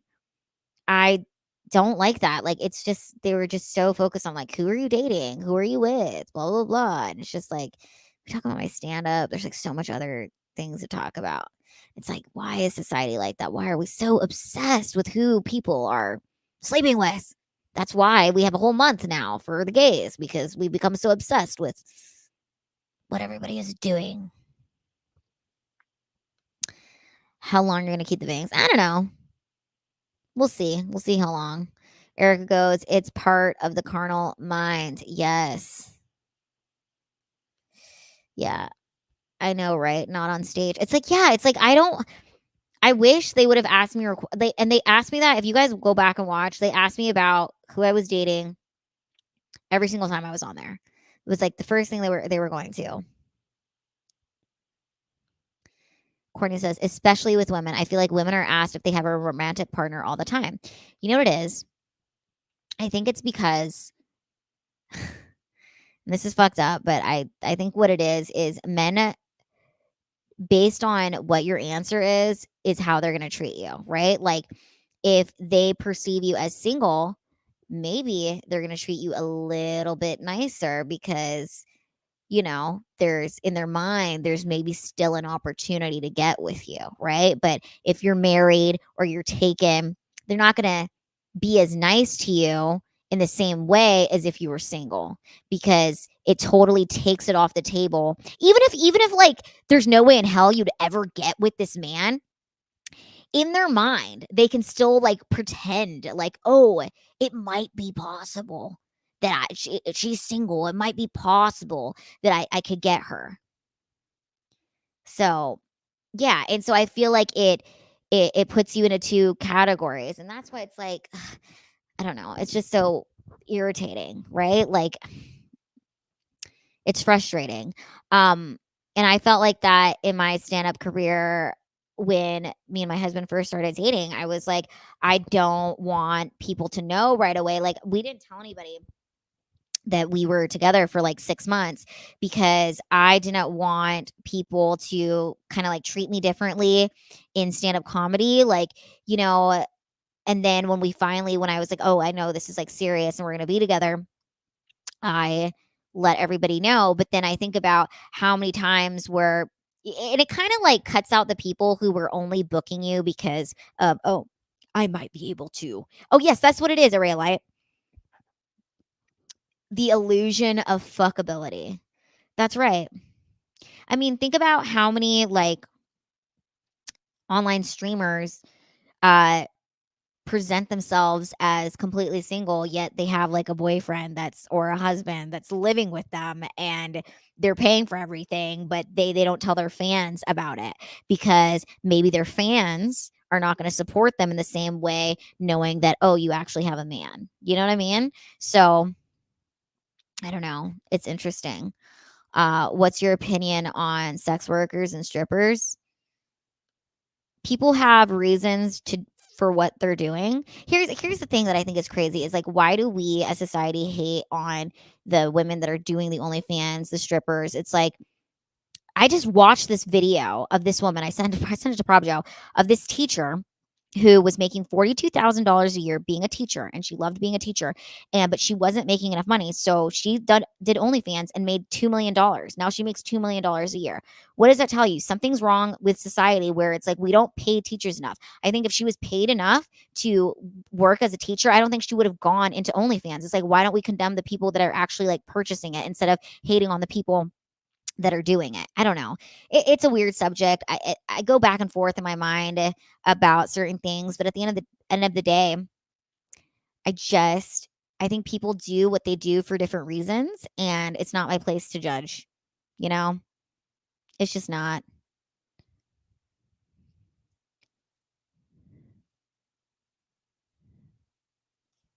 So I don't know. What are your guys' thoughts? Obtainable. That's the word I was looking for. Yeah, that's true. I don't think they even say they're dating, even if they are. Yeah, because they want to portray this illusion that they're obtainable, right? So that, you know, some of their supporters who, even though their supporters maybe know, like, I'll never, like, I don't know, guys just want to have that feeling of like, maybe, just maybe there's a chance. So I don't know, but that makes you think it's like, why, like, men don't really look at women as like people. So I don't know. It's interesting. What a discussion we're having.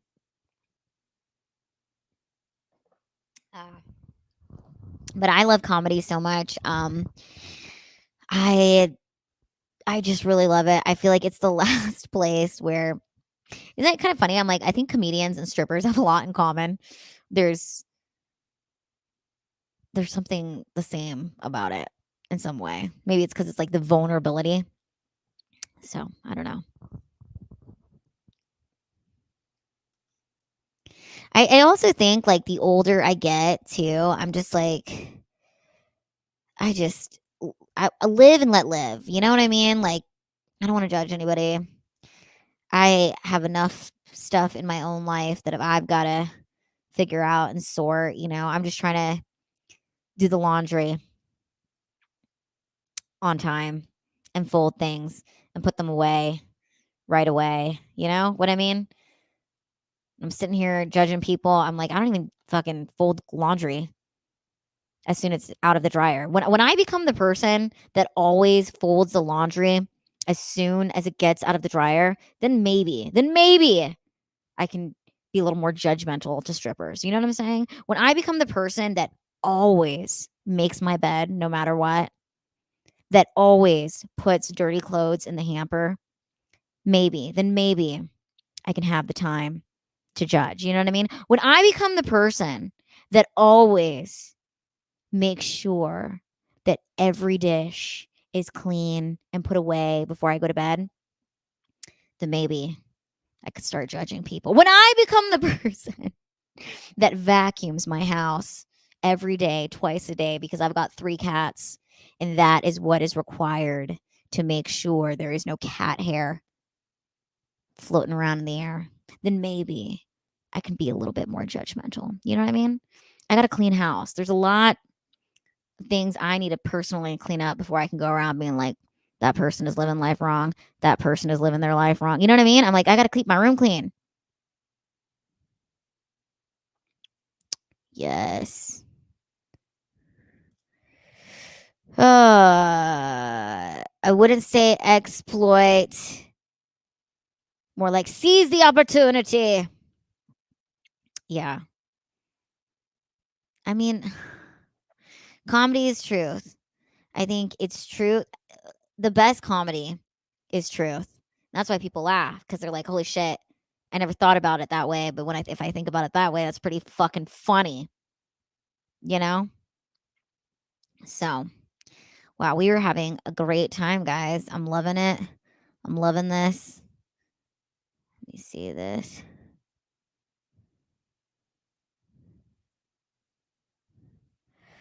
Oh, yeah. The trash ain't gonna take itself out. Yeah.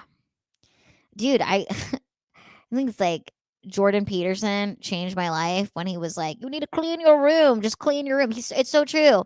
Think about half the people that are making judgments online, talking about like all this like shit you shouldn't be doing. And like their freaking house is just a mess. You know what I'm saying? It's like, I don't know.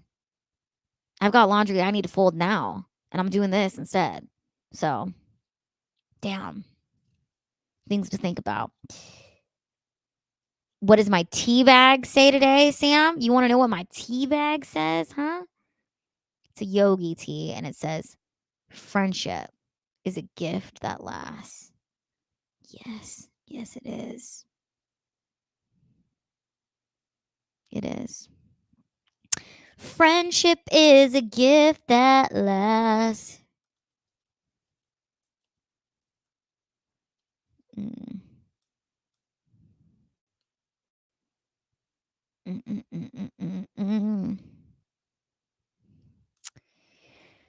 Whoo, what am I looking for? Is it karaoke time? I want to sing. You guys, you want to see my arms? I've been working out. Look at my arms. Do I look strong? Do I look strong? Pump it, pump it. Should we do a 5-minute workout together, you guys? Do you guys want to watch the workout that I do? And we'll watch this video. This is the workout that I do, and we'll do it together. How about that? But first, I'm going to use the restroom. So Courtney, we're going to do an arm workout that we can do while sitting. Okay. It's going to be great. I'm going to go to the restroom. We're going to go on a commercial break, a short commercial, and I'll be back in less than 2 minutes. Love you, sweethearts. See you in 2 minutes. I wish there was an easier way to whiten my teeth. Did someone say wish? Who are you, the tooth fairy? No, I'm even better. I'm the Loomis Genie, here to make all your teeth whitening wishes come true. I heard you wish that teeth whitening could be easier. Did you know with Loomis you could relax, drink, talk, and exercise while whitening your teeth? First, all you have to do is apply these easy whitening strips. Easy application. Get excited. Wow! Let's put it on! With Loomis, the application process is quick and easy. With these strips, you can still talk easily, you can drink water. Oh wow, I can still talk. And you can relax. Relaxing while teeth whitening with Loomis. Are you relaxed? You can exercise. Exercising while whitening our teeth with Loomis. Yeah, we're having fun and teeth whitening. With Loomis doing it. Go, Alan. Come on. Whiten those teeth. And you can have a great day, all while teeth whitening very quickly. Loomis, the Loomis Genie, here to make all your teeth whitening wishes come true. Teeth whitening with Loomis. You can drink water too, and have your teeth as white as this cat.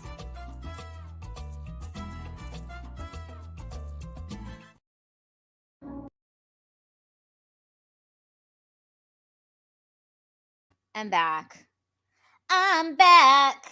I'm back. I'm back, and we are going to do the arm workout. Okay? Are you guys ready?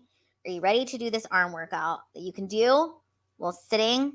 Oh my God, I need to. Okay, hold on. Let me put my hair up because it's going to get hot. Okay, do you guys like my necklace? It's a little gun. Bang, bang. Okay. Fastest poop ever. That wasn't a poop. I peed. Believe me, I wish. I wish I was taking a dump. That would be amazing. Okay. Are you guys ready to do this arm workout? We're going to start it like this. Do, do, do. We're just going to watch it on silent. And I am going to direct you. But we're going to watch this lady because I like her arm workouts. Are you guys ready? Are you ready? Tells me always. Okay, let's do this arm workout. I will guide you guys. Okay. Let's begin. Let's begin. Yes. Extend your arms, everybody, okay? Extend. Now roll your shoulders like this. In and out. Up, down. Yes. Follow this. Do it. Yes. Here, we'll make the screen like this. You guys can see me. So we're doing this arm workout. It's going to be a grip. We're feeling good. We're going to feel the burn. Trust me, this makes an amazing difference. You're like, oh, this is not hard. This is going to be freaking easy. Oh, just you wait. Just you wait, because we're not putting our hands down. We're keeping our hands up. Hands up. Hands up. Okay, circle. Circle. Flapping these wings. Circle. Circle. We're flapping these wings. Oh, yeah. Pump it. Pump it. Pump it. Pump it. Pump, pump, pump it. Circle, circle, circle, circle, circle, circle, circle. Oh, yeah, yeah. Wow. Now we're going to go to the forward mark. Wait, okay, I got it like this. You guys see my hands? Yes. Forward. Yes. Yes. Don't even have that much space to do this, you guys. Just wait.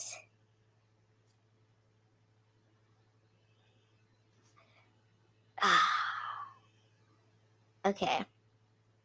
Now this is where it gets pretty freaking crazy. You ready? Pump. Pump. Pump it. Pump it. Pump it. Oh, yeah. We're pumping it. We're pumping it. We're pumping it. We're pumping it. Am I lagging? Is this lagging, you guys? Feels like it's lagging. Let me know. Someone type. Put your arms down and type. And then we have to do this.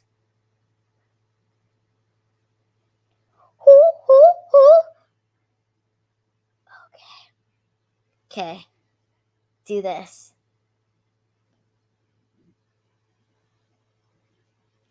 We're lagging a tad. Okay. You know what? We're not going to use her. You guys are just going to focus on me. Okay? We don't need her. I know how this workout goes. And you can do like this.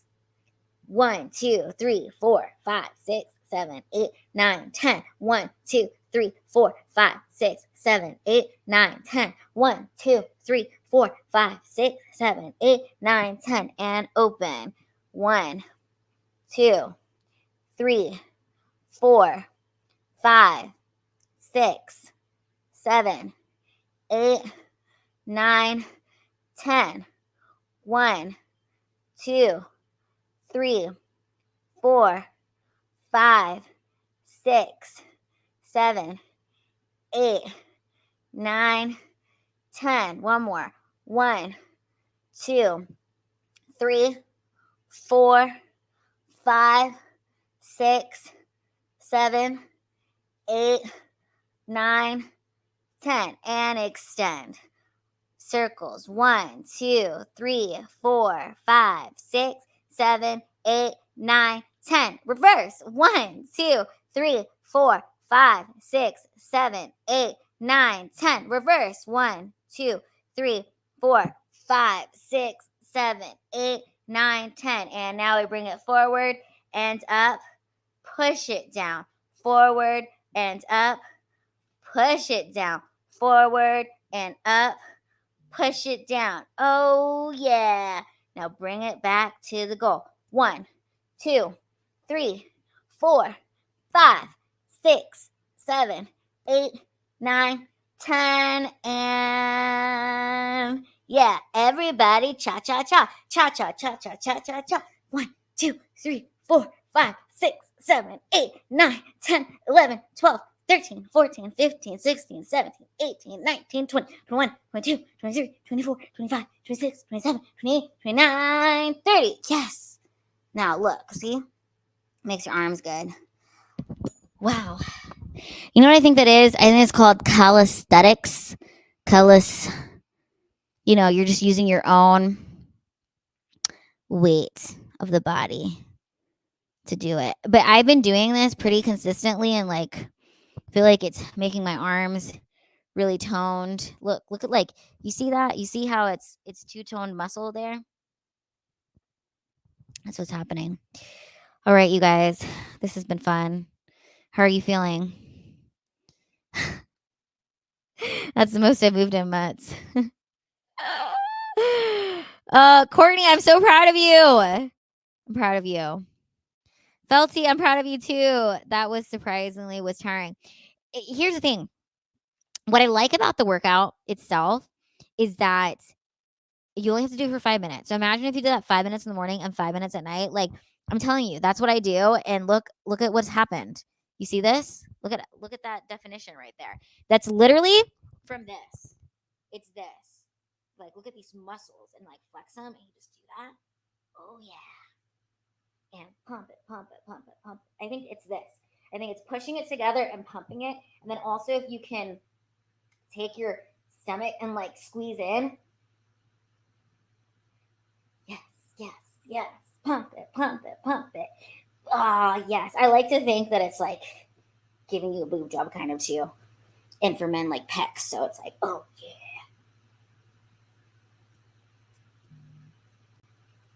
Ah, look at these arms. Yes. See?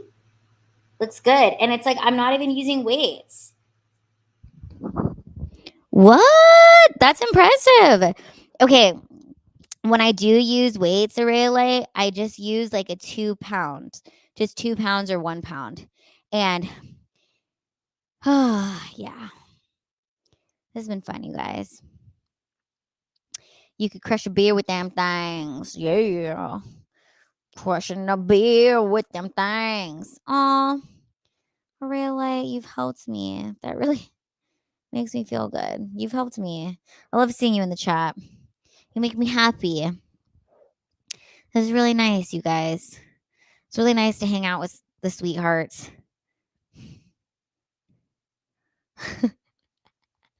I'm using weights. It's called built up arm fat. Oh my god.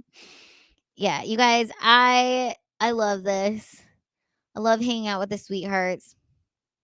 This is the best cult. Sam, I think the show's at like 7 p.m. I'll meet you at Plano House Comedy at 7 p.m. A ray of dark. No, she'll always be a ray of light. Yeah. Okay. The cultimate. Yes. Ultimate cult. The cultimate. Yeah, I need a... So what are my goals, you guys? I think my goals really, truly are just to... I just gotta stay sober. I think staying sober is the key. Because you know what? Even watching like Kill Tony and like hearing me say, oh, I have 10 months. Like how happy I was. And like, it's really cool. You know? I've had different periods of sobriety in my life. And I think they all needed to happen at certain points.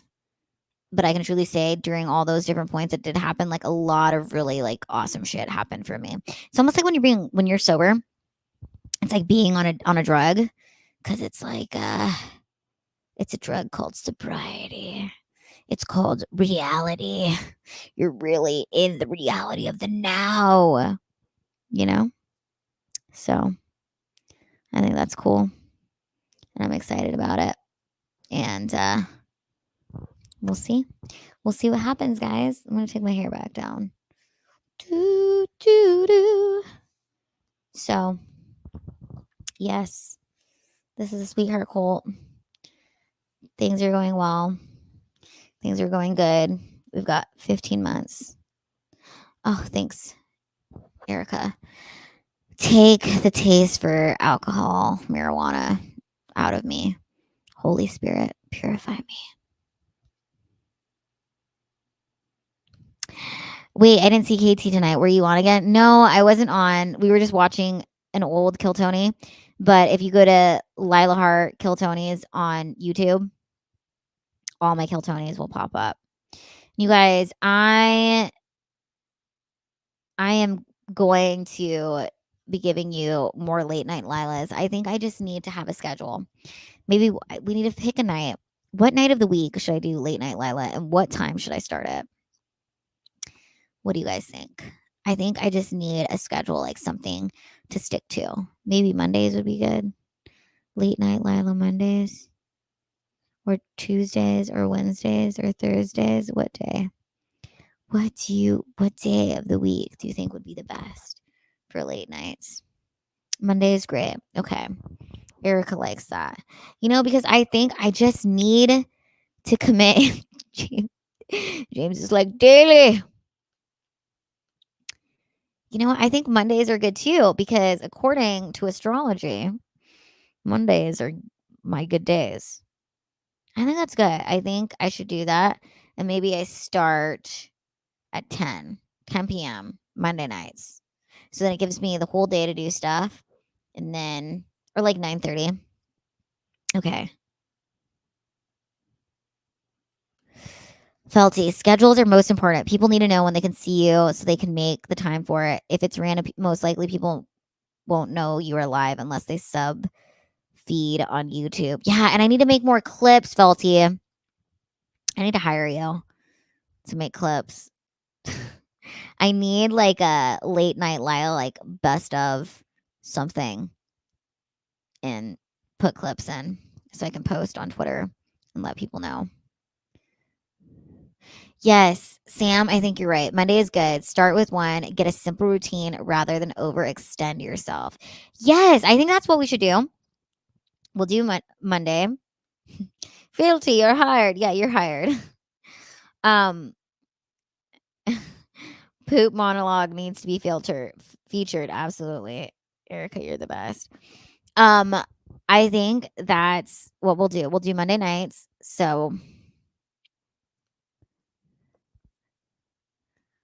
next Monday, I'm going to be in Miami. So we're going to have a special one. We'll do that. Okay, let's do it. Let's schedule this.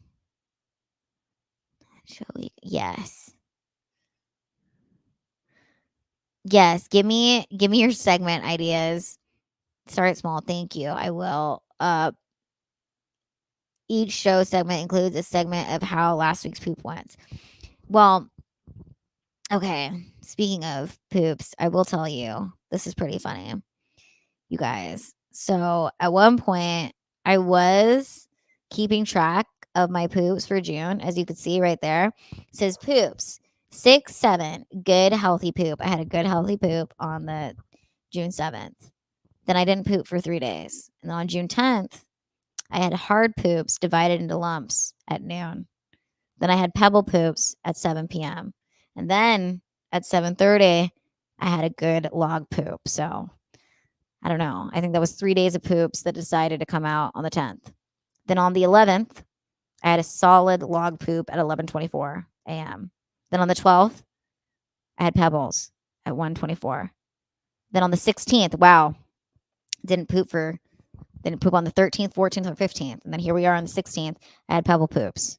Okay. And then I stopped making a list. I just stopped. But yeah, this is real. Look, I was trying to keep track of it. But what I have come to realize, you guys, is that my poops go along with my period cycle. We are about to enter a new period cycle, which starts tomorrow. And I know this because I had a good poop today. Well, kind of. It was still pebbly, but it was a lot of them.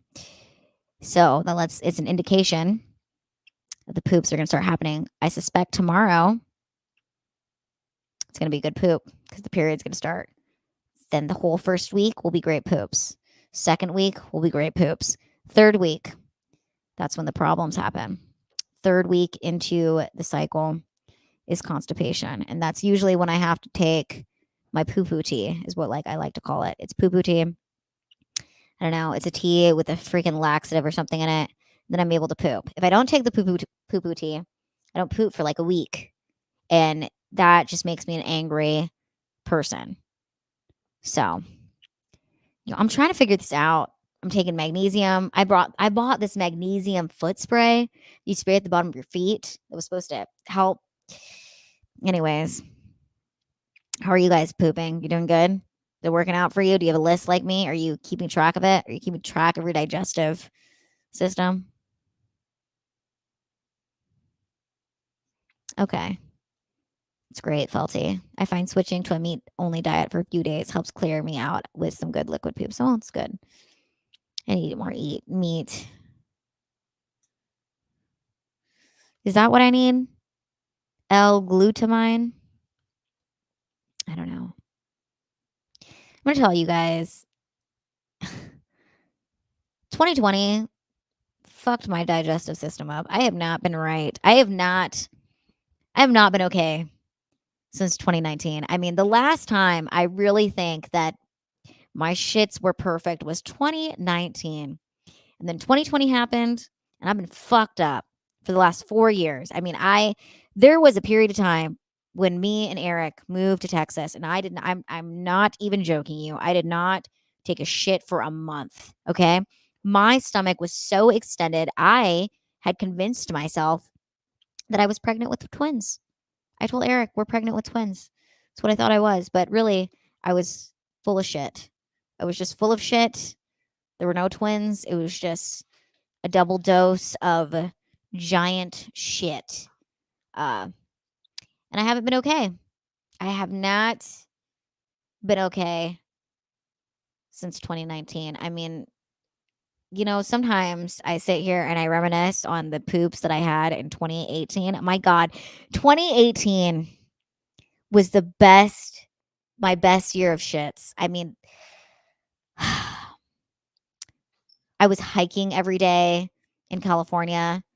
There was one particular day in 2018. It must have been I want to say, no, 2018, beginning of 2018, end of 2017. Best poops of my life. Okay. July/August of 2017, when I first became sober the first time I tried to do it, I was going on morning hikes every day. Okay. Getting up at 6 a.m., going on a 5-mile hike, drinking a liter of water, taking 3 solid log shits daily.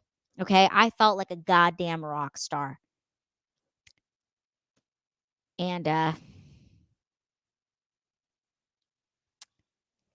just telling you guys, I haven't had those. I've had glorious poops periodically, probably in the last 4 years. I've had 5 memorable, amazing shits, okay, that were just wow. Those were good. Where I instantly felt my mood shift, okay? It only happened 5 times. Yes, movement is medicine.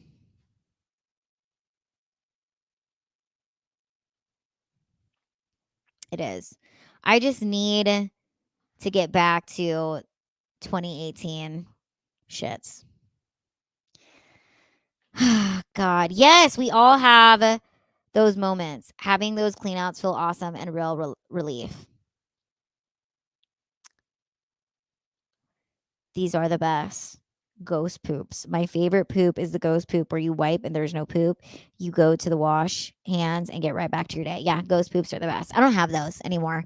I can't even remember the last time I had a ghost poop. 2017, 2018.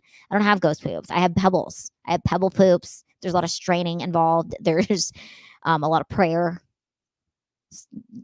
There's no ghost. It's just the Holy Ghost that I'm praying to when I'm trying to poop.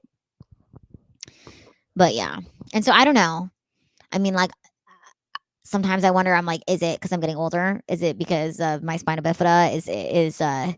Are things catching up to me? Like, what's going on here? Okay. Is it the level of stress that we all collectively went through in 2020 that for some reason it just doesn't matter anymore? That's also another thing I was like kind of like weirded out by this last time, or my last comedy show I had with the Micro Maidens. I was like, wow, I'm flying to San Antonio. Nobody's wearing a mask. I'm performing in front of 500 people. There's these hot midget strippers. Nobody's wearing a mask.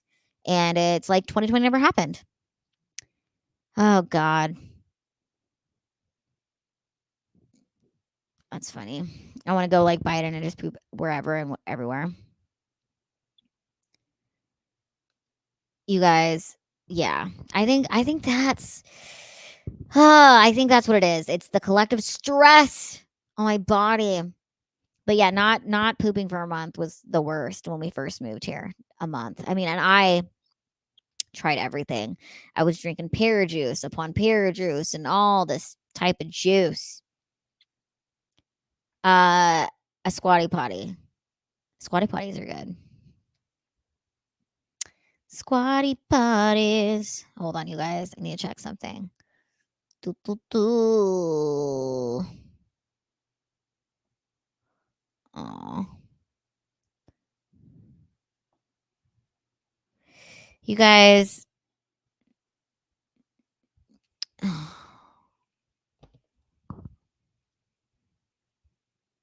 What?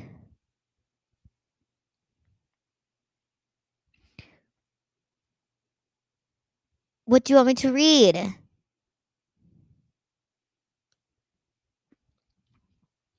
my gosh. What do you want me to read?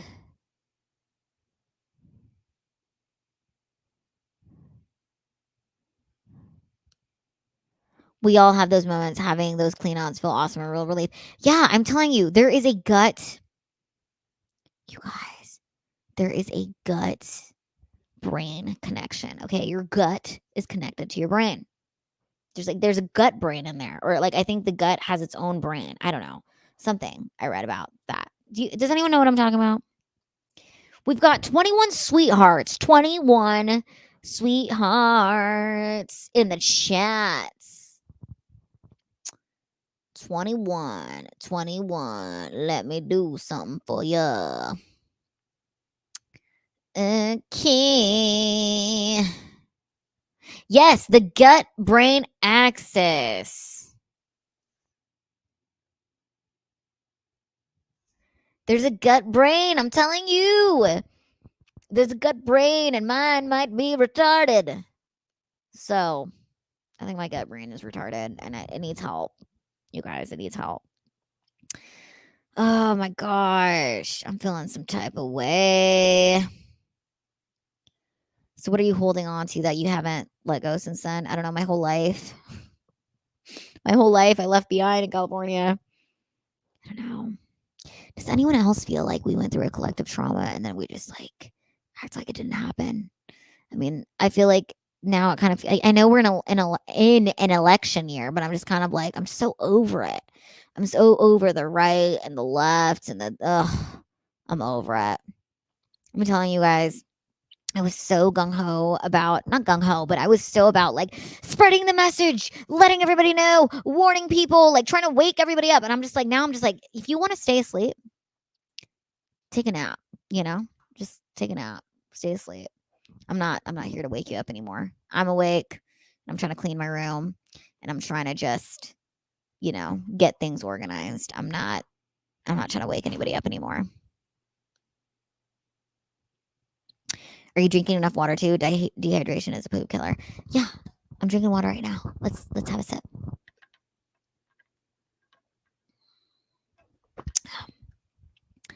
You guys, I'm telling you, like, I think, yeah, my gut got all messed up because at one point I was so scared what was going to happen. I don't know. I got lost in the sauce. I got lost in the sauce of the rabbit holes. I'm trying to spend less time on Twitter too. Sometimes I think what I see on Twitter and it's like, oh, this is viral. And I'm like, the rest of the world doesn't even, if you're not on Twitter, you don't see it as viral, you know? I had to stop watching Tim Pool. It was causing too much anxiety. Yeah, I feel you. I feel you. It's like, it's making me anxious in the sense of, okay, I'm going to be honest with you guys, okay? There was one point in 2021/22, I thought like there was going to be a kill switch. You know what I'm saying? Anybody else? I thought they were going to turn something on and then like it was going to be like the zombie apocalypse, okay?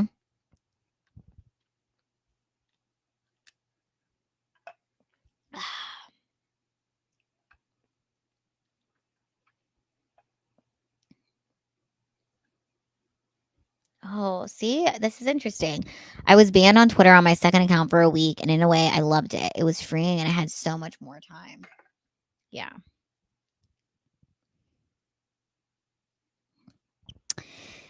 Yeah, I don't know. I feel like I am going through like another awakening, like a deeper awakening.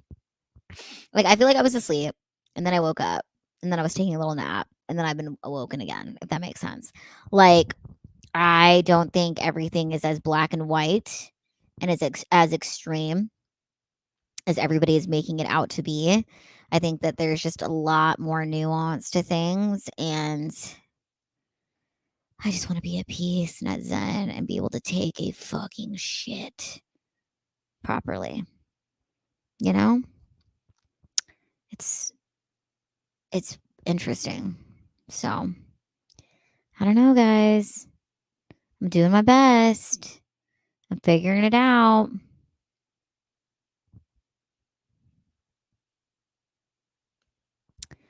Social media and outrage cycles are fake. 2 years ago, I could predict them and therefore ignore them. Very freeing. Most shit is fake. Courtney, maybe that is what I need. I need a Reiki session. Courtney, you're awesome. I'm so happy you're here. I need to eat Gracie foods. Yeah. I don't know. Remember when they said that the world was going to end in 2000? And then they said the world was going to end in 2012. And then they said the world was going to end when the eclipse was going to happen. You guys, I got to tell you, I fell for that as stuff too. Like, do you know how many like videos I watched of the end of the world because of the eclipse? And like, I low key like freaked myself out. I was like, I don't know if we should look at the eclipse. Like, what if it's bad luck? I mean, I was going down rabbit holes and I was freaking out.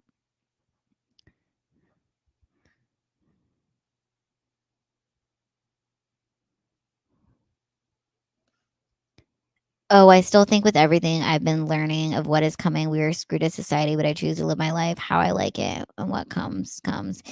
Yeah, that's how I feel. The world is not ending for us. Thanks, Erica.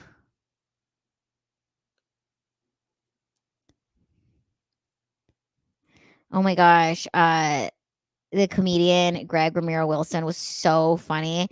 He was like talking about Gen X, and he was like, do you remember when they said that the world was going to end? And growing up, we were told the world's going to end. And he like, it does all these bits. And he's like, what the fuck? We weren't expecting to be here. We weren't expecting to still be here. I was laughing my ass off. You guys, I wish all 19 of us were like at a retreat right now at the Sweetheart Cult retreat and hanging out in real life around a campfire singing Kumbaya. No, but I just wish we were all hanging out on fun time, like and having a like camping. Do you guys remember summer camp? Did you ever go to summer camp?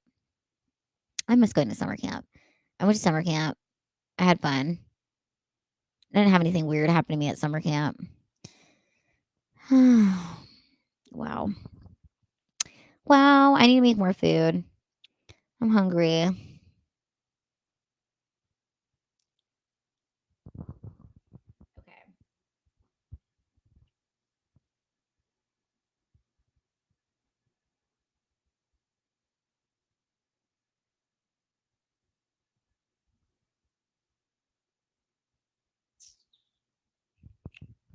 Okay. Oh my gosh, Courtney, can we start an adult summer camp? Yes, that would be fun. We need a summer camp. I think we all just need to be, I don't know, we need to spend time outside. We need to spend time outside. Are you guys watching Fish Tank? That's kind of like a summer camp right now. Sam Hyde's Fish Tank. Oh.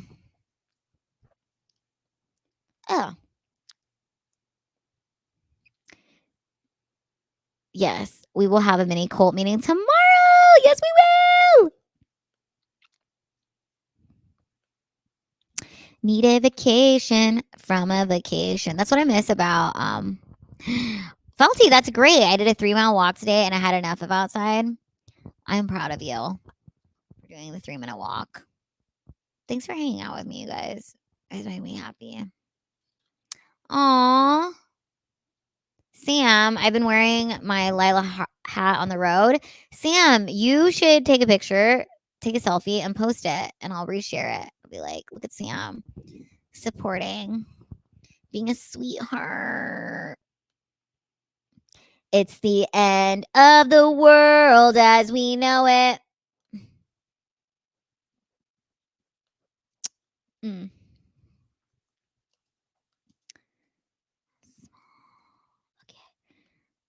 Down. All the small things, true care, truth brings. I'll take one lift, your ride, best trip. Always, I know you'll be at my show, watching, waiting, commiserating. Say it ain't so, I will not go. Turn the lights off, carry me home. Na na na na na na na na na na na na na na na na na na. Late night, come home, work sucks. I know she left me roses by the stairs. Surprises let me know she cares. It's my favorite part. You know? Yes. What? I have a farm and 20 wooden acres in southern Indiana. Come on down, y'all. Wow. Do you have animals? Yes. We need a sweetheart meetup, campfires, and slip insides. Watching, waiting for the pooping. I'm sitting on the toilet now. I wish I had a squatty potty because my poops are not coming. But if I had a squatty potty, I could poop good. Only if I had a squatty potty.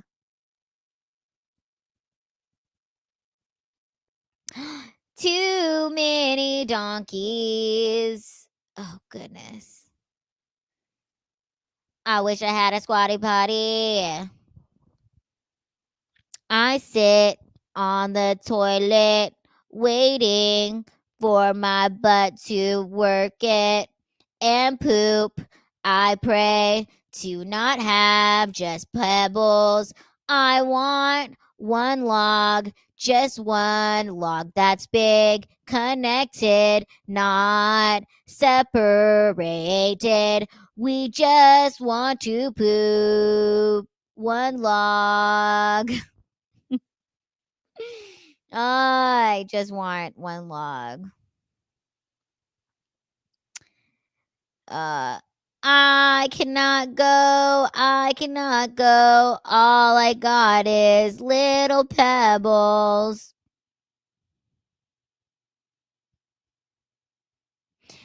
That's good. I really want to take a shower. Guess I'll sit here for another hour. Sitting on the toilet, waiting for my poop to commit. Cult requirement. Must own Squatty Potty. Is everybody drinking water? Does everybody have their water? That's also what we'll do. I'll have water for the stream, like my big water bottle. I'll have a cup of pear juice.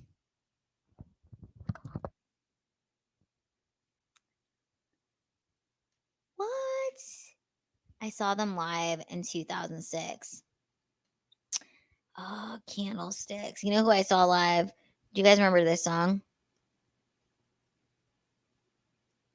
Okay.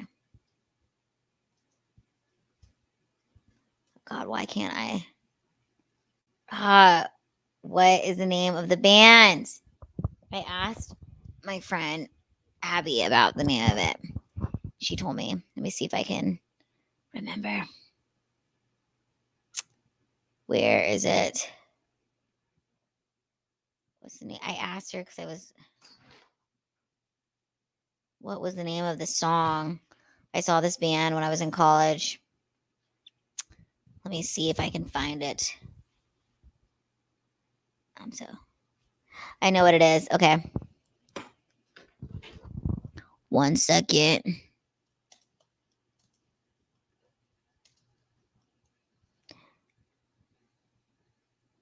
Okay. Do you guys remember White Tie Affair? Do you remember White Tie Affair? I took a ride on a February morning, just getting over it and dealing with the morning. I started thinking out loud. I'm so sick and tired of being sick and tired. My baby's flying off the edge of the road. She's saying, I'm so sorry about that note that left me all alone. But I'm so sick and tired of being sick and tired. Somebody turn the lights on. Somebody tell me what's wrong. I'd be lying if I told you losing you was something I could handle. Somebody turn the lights on. Somebody tell me how long all this darkness will surround you. 'Cause I'm burning for you, burning like a candle. 7 days since I've seen your face. I don't know how the rest goes. I don't know how the rest goes, but I do remember that. You guys remember that?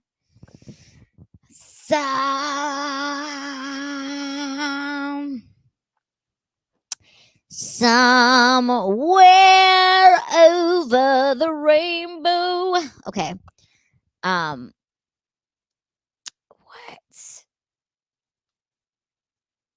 I remember seeing them perform live at my college at Wazoo.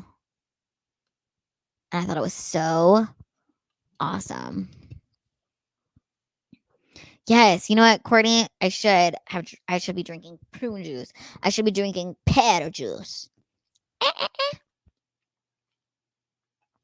So there's a band, and I can't remember the name of them.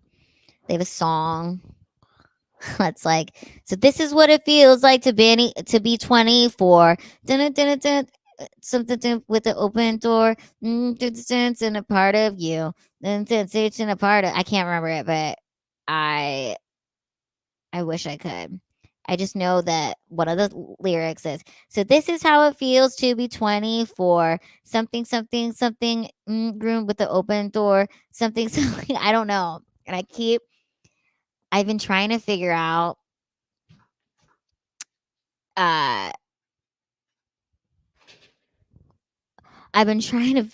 what the name of the band was, because there's like several songs from them that I like.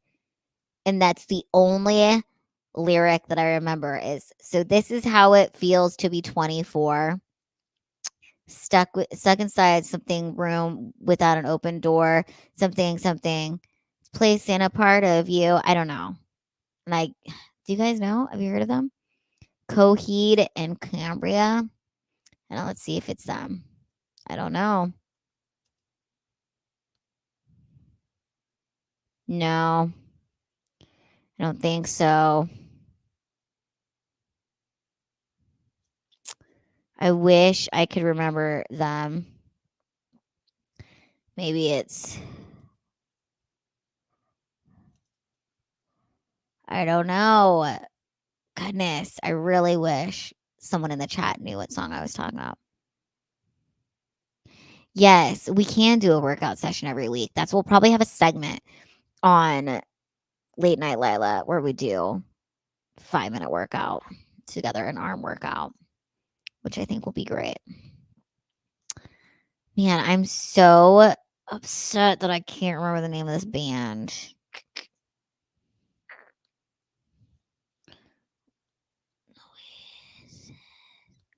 Ba-da-da-da-da.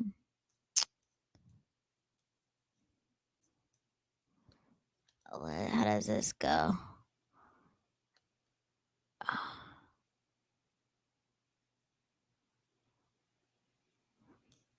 I want to listen to this song. Hey, Lila. It's an Oasis song. Okay. So the band, what year was the band on the prime? I know that I was listening to this band in 2009. Okay.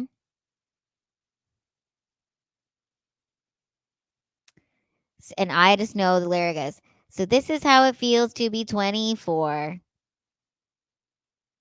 I tried Googling it. Let's see. So this to be 24. Something.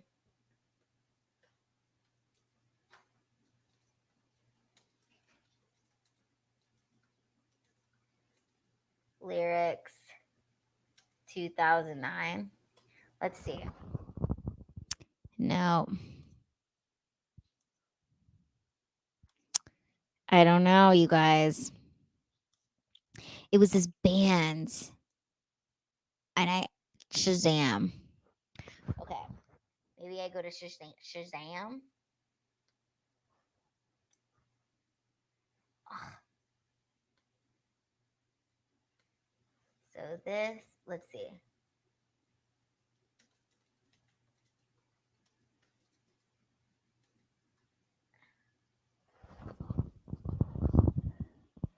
It's not coming up. Nope.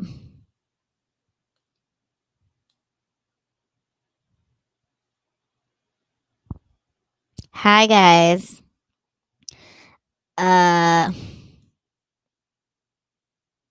In Spiral Carpets. Let me look it up. That's the band.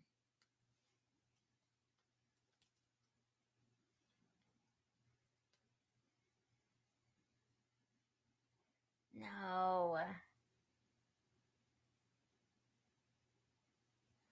Goodness. It's an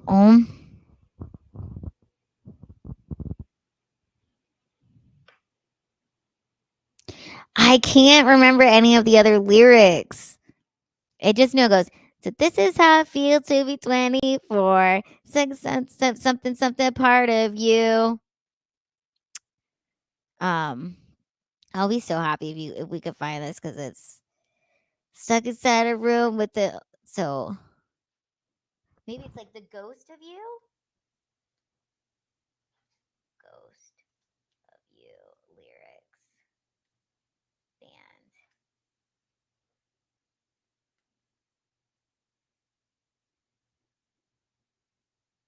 Oh my god.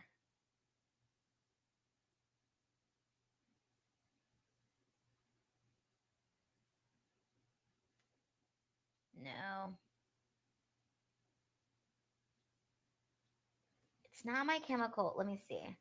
Is it this song? It's not that. It's kind of like guys, I'm never going to find it. Am I never going to find it?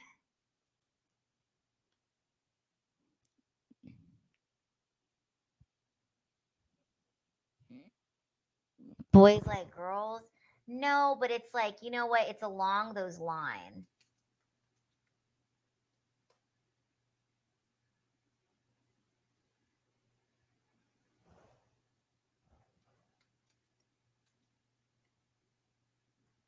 Let's see, similar bands. We the Kings, Simple Plan, made no.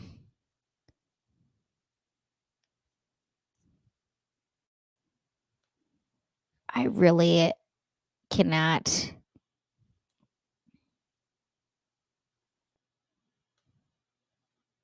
Yes, Erica. That's when I started stand up.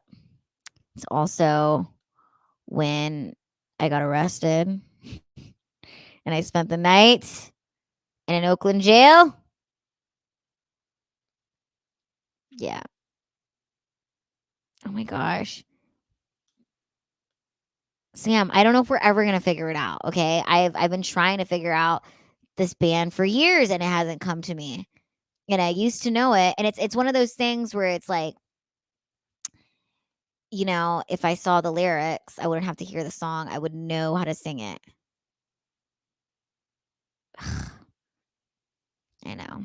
Thanks, guys.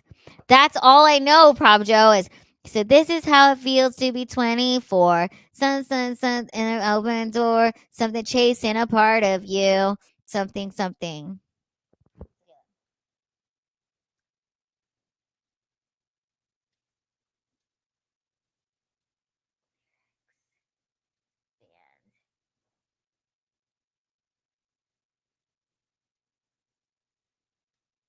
No.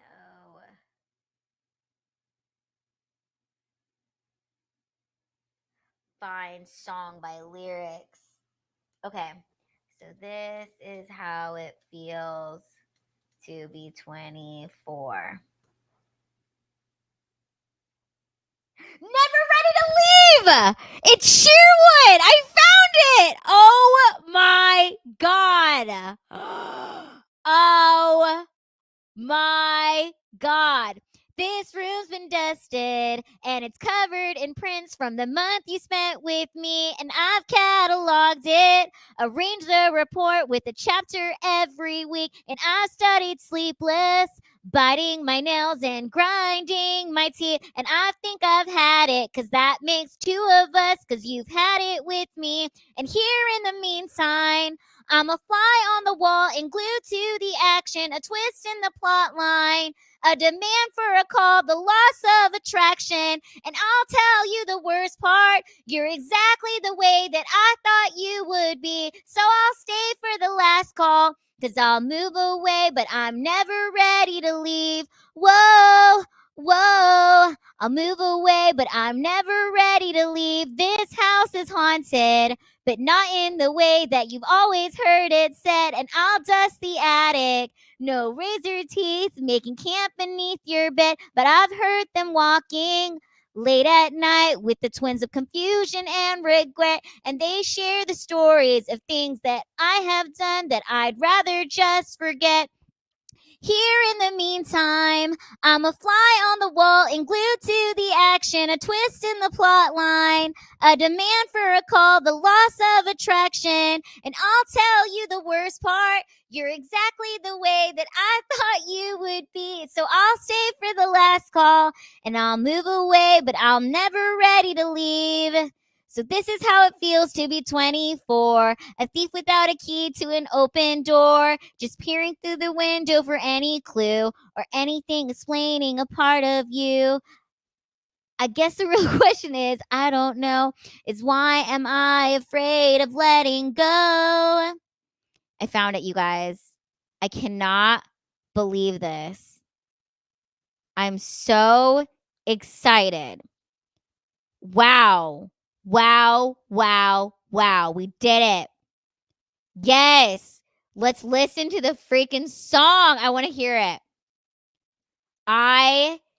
You guys, we freaking found it. I am so excited. Oh my God. I cannot believe we found it. Okay, hold on. Let's watch the music video. I am so excited. I cannot believe we did this. You guys don't understand how long I've been looking for this song, okay? For this band, Sherwood. So I would lay up at night. I'm talking years, Courtney, years. Okay, where I would just hear that part. So this is how it feels to be 24. I don't know why that's the only part. Oh my gosh. Oh my god. Okay. This is amazing. I cannot believe. Never ready to leave. Okay, we're going to listen to it. Wow. You guys, I'm so happy about this. I'm so happy about this. It was released in 2007. Oh my god. Okay, we're going to play this. I'm so freaking happy about this. Okay. Let's listen to it. Let's listen to how it really goes. This room's been dusted, and it's covered in prints from the month you spent with me, and I cataloged it. Arrange the report with a chapter every week. And I've studied sleepless, biting my nails and grinding my teeth. And I think I've had it, but that makes two of us, cause you've had it with me. And here in the meantime, I'm a fly on the wall, I'm glued to the action. A twist in the plot line, A demand for a call, the loss of attraction. And I'll tell you the worst part, you're exactly the way that I thought you would be. So I'll stay for the last call, cause I'd move away, but I'm never ready to leave. I'd move away, but I'm never ready to leave. This house is haunted, but not in the way that you've always heard it said. No dusty attic, no razor teeth making camp beneath your bed. But I've heard them walking late at night, the twins of confusion and regret. And they share the stories of things that I have done, but I'd rather just forget. Here in the meantime, I'm a fly on the wall, I'm glued to the action. A twist in the plot line, a demand for a call, the loss of attraction. And I'll tell you the worst part, you're exactly the way that I thought you would be. So I'll stay for the last call, cause I'd move away, but I'm never ready to leave. The next part is coming up.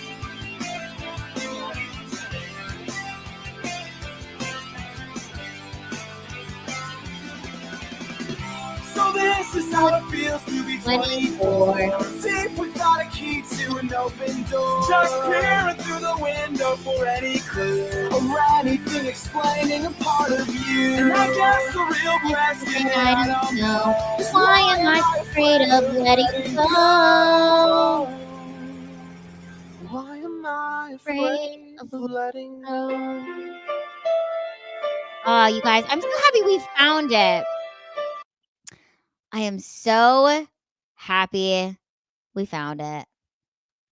I'm telling you, it's just one of those songs. It's just one of those songs. I just remember the lyrics too, okay? And how crazy is that? I hadn't heard it in years. I remember that one line, and then I think I sang it pretty well. Gosh, that was cool. That was so cool, you guys. This is the best. This was the freaking best.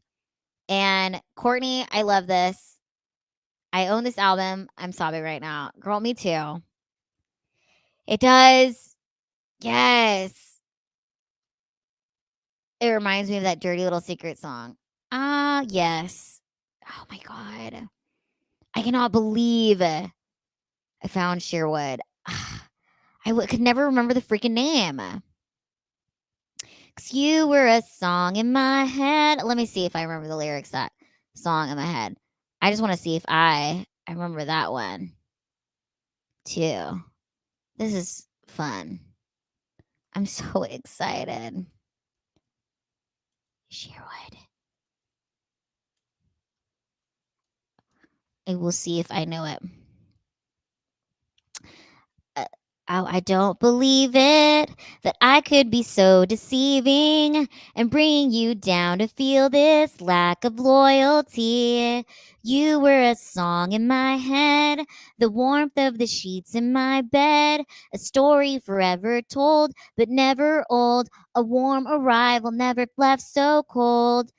Don't blink, don't close your eyes, but most of all, don't apologize. It's me who's got the demons to wrestle now.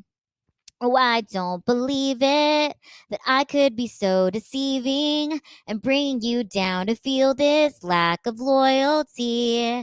'Cause you were a song in my head, the warmth of the sheets in my bed, a story forever told but never old, a warm arrival never left so cold. Don't blink, don't close your eyes, but most of all, don't apologize.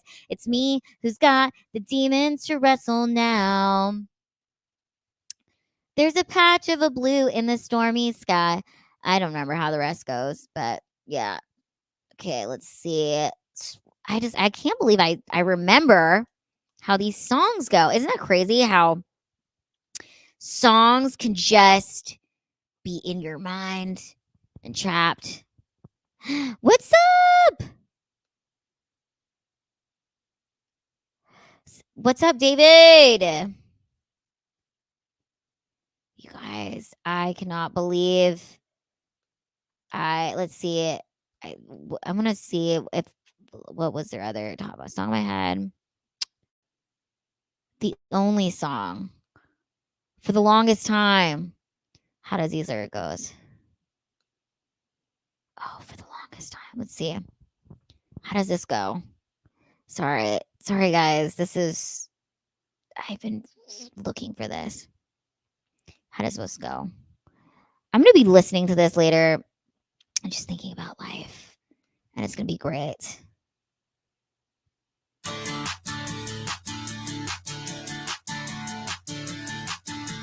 Would you wait? Oh, it is. Yeah, that's how it goes. Let's see it. Would you wait if I came running home to you? If I moved right down the street a block or two? Distance is never on our side. It only seems to make our dreams collide. And you have gone on to someone new. Would you wait if I wrote you a perfect song tonight to make your heart stand still and make your chest grow tight? But I'll never write a perfect line, and I don't know why I even waste my time and try. Well, and for the I don't know, and for the longest time, how does it go? Let's see. Running home to make your heart stand still. How does it go? Try.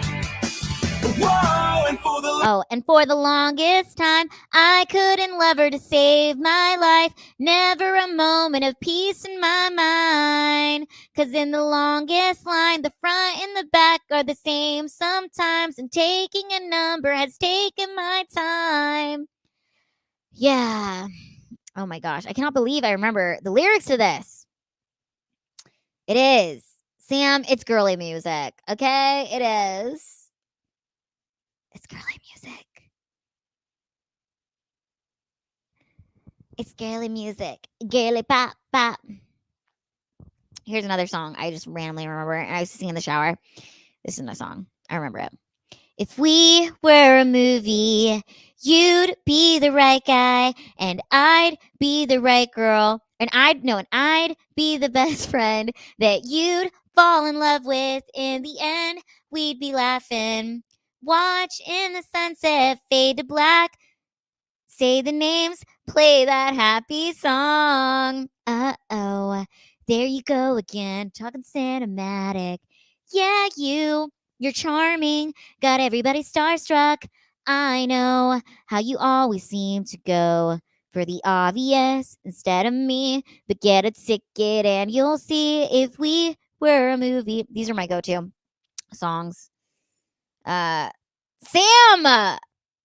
This music is pretty gay. I'm sorry, Sam.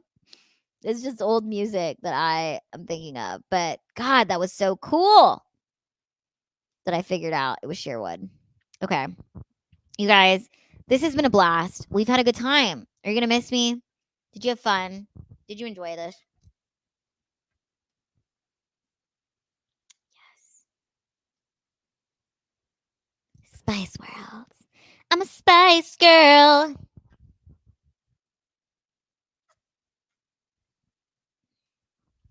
I used to learn songs like this on guitar and would sing them to try and get with girls. Yes. Yes. I love that.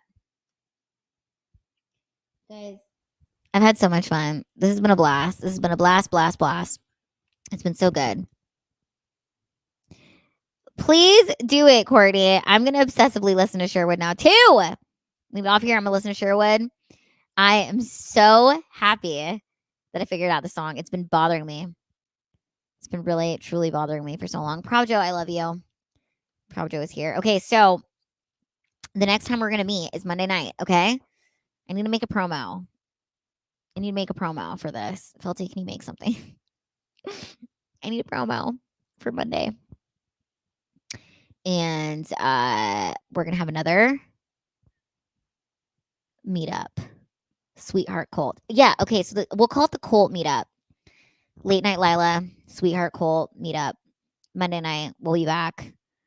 I'll be in Miami, but I will do a stream. I'm going to do a stream with the girls that I'll be hanging out with. And it's going to be fun. Yes, I'll do it at least an hour. Hey, hello from Australia. Hello.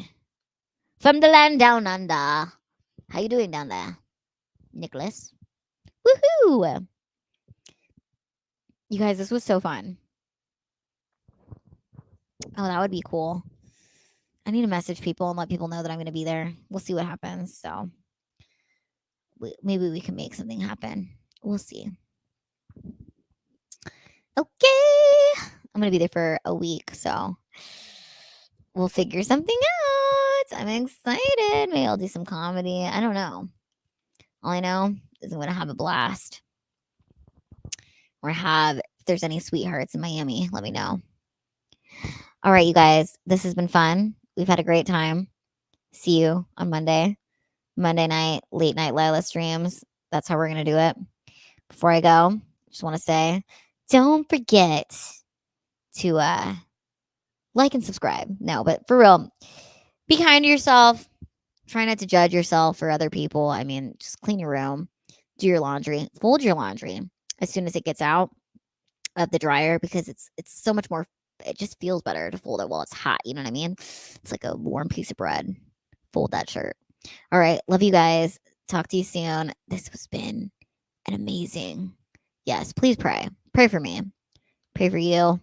Pray for me. And no, Ultra Maximus. I got bangs because it's been 20 years since I've had bangs, and I just thought this was fun, and I think it's cute and it's fun. And I just hit 18 months sober, so yes, fold your laundry, drink your water, have good poops. Yes, that's what we do in the cult. All right, love you all. I will see you on Monday. Bye.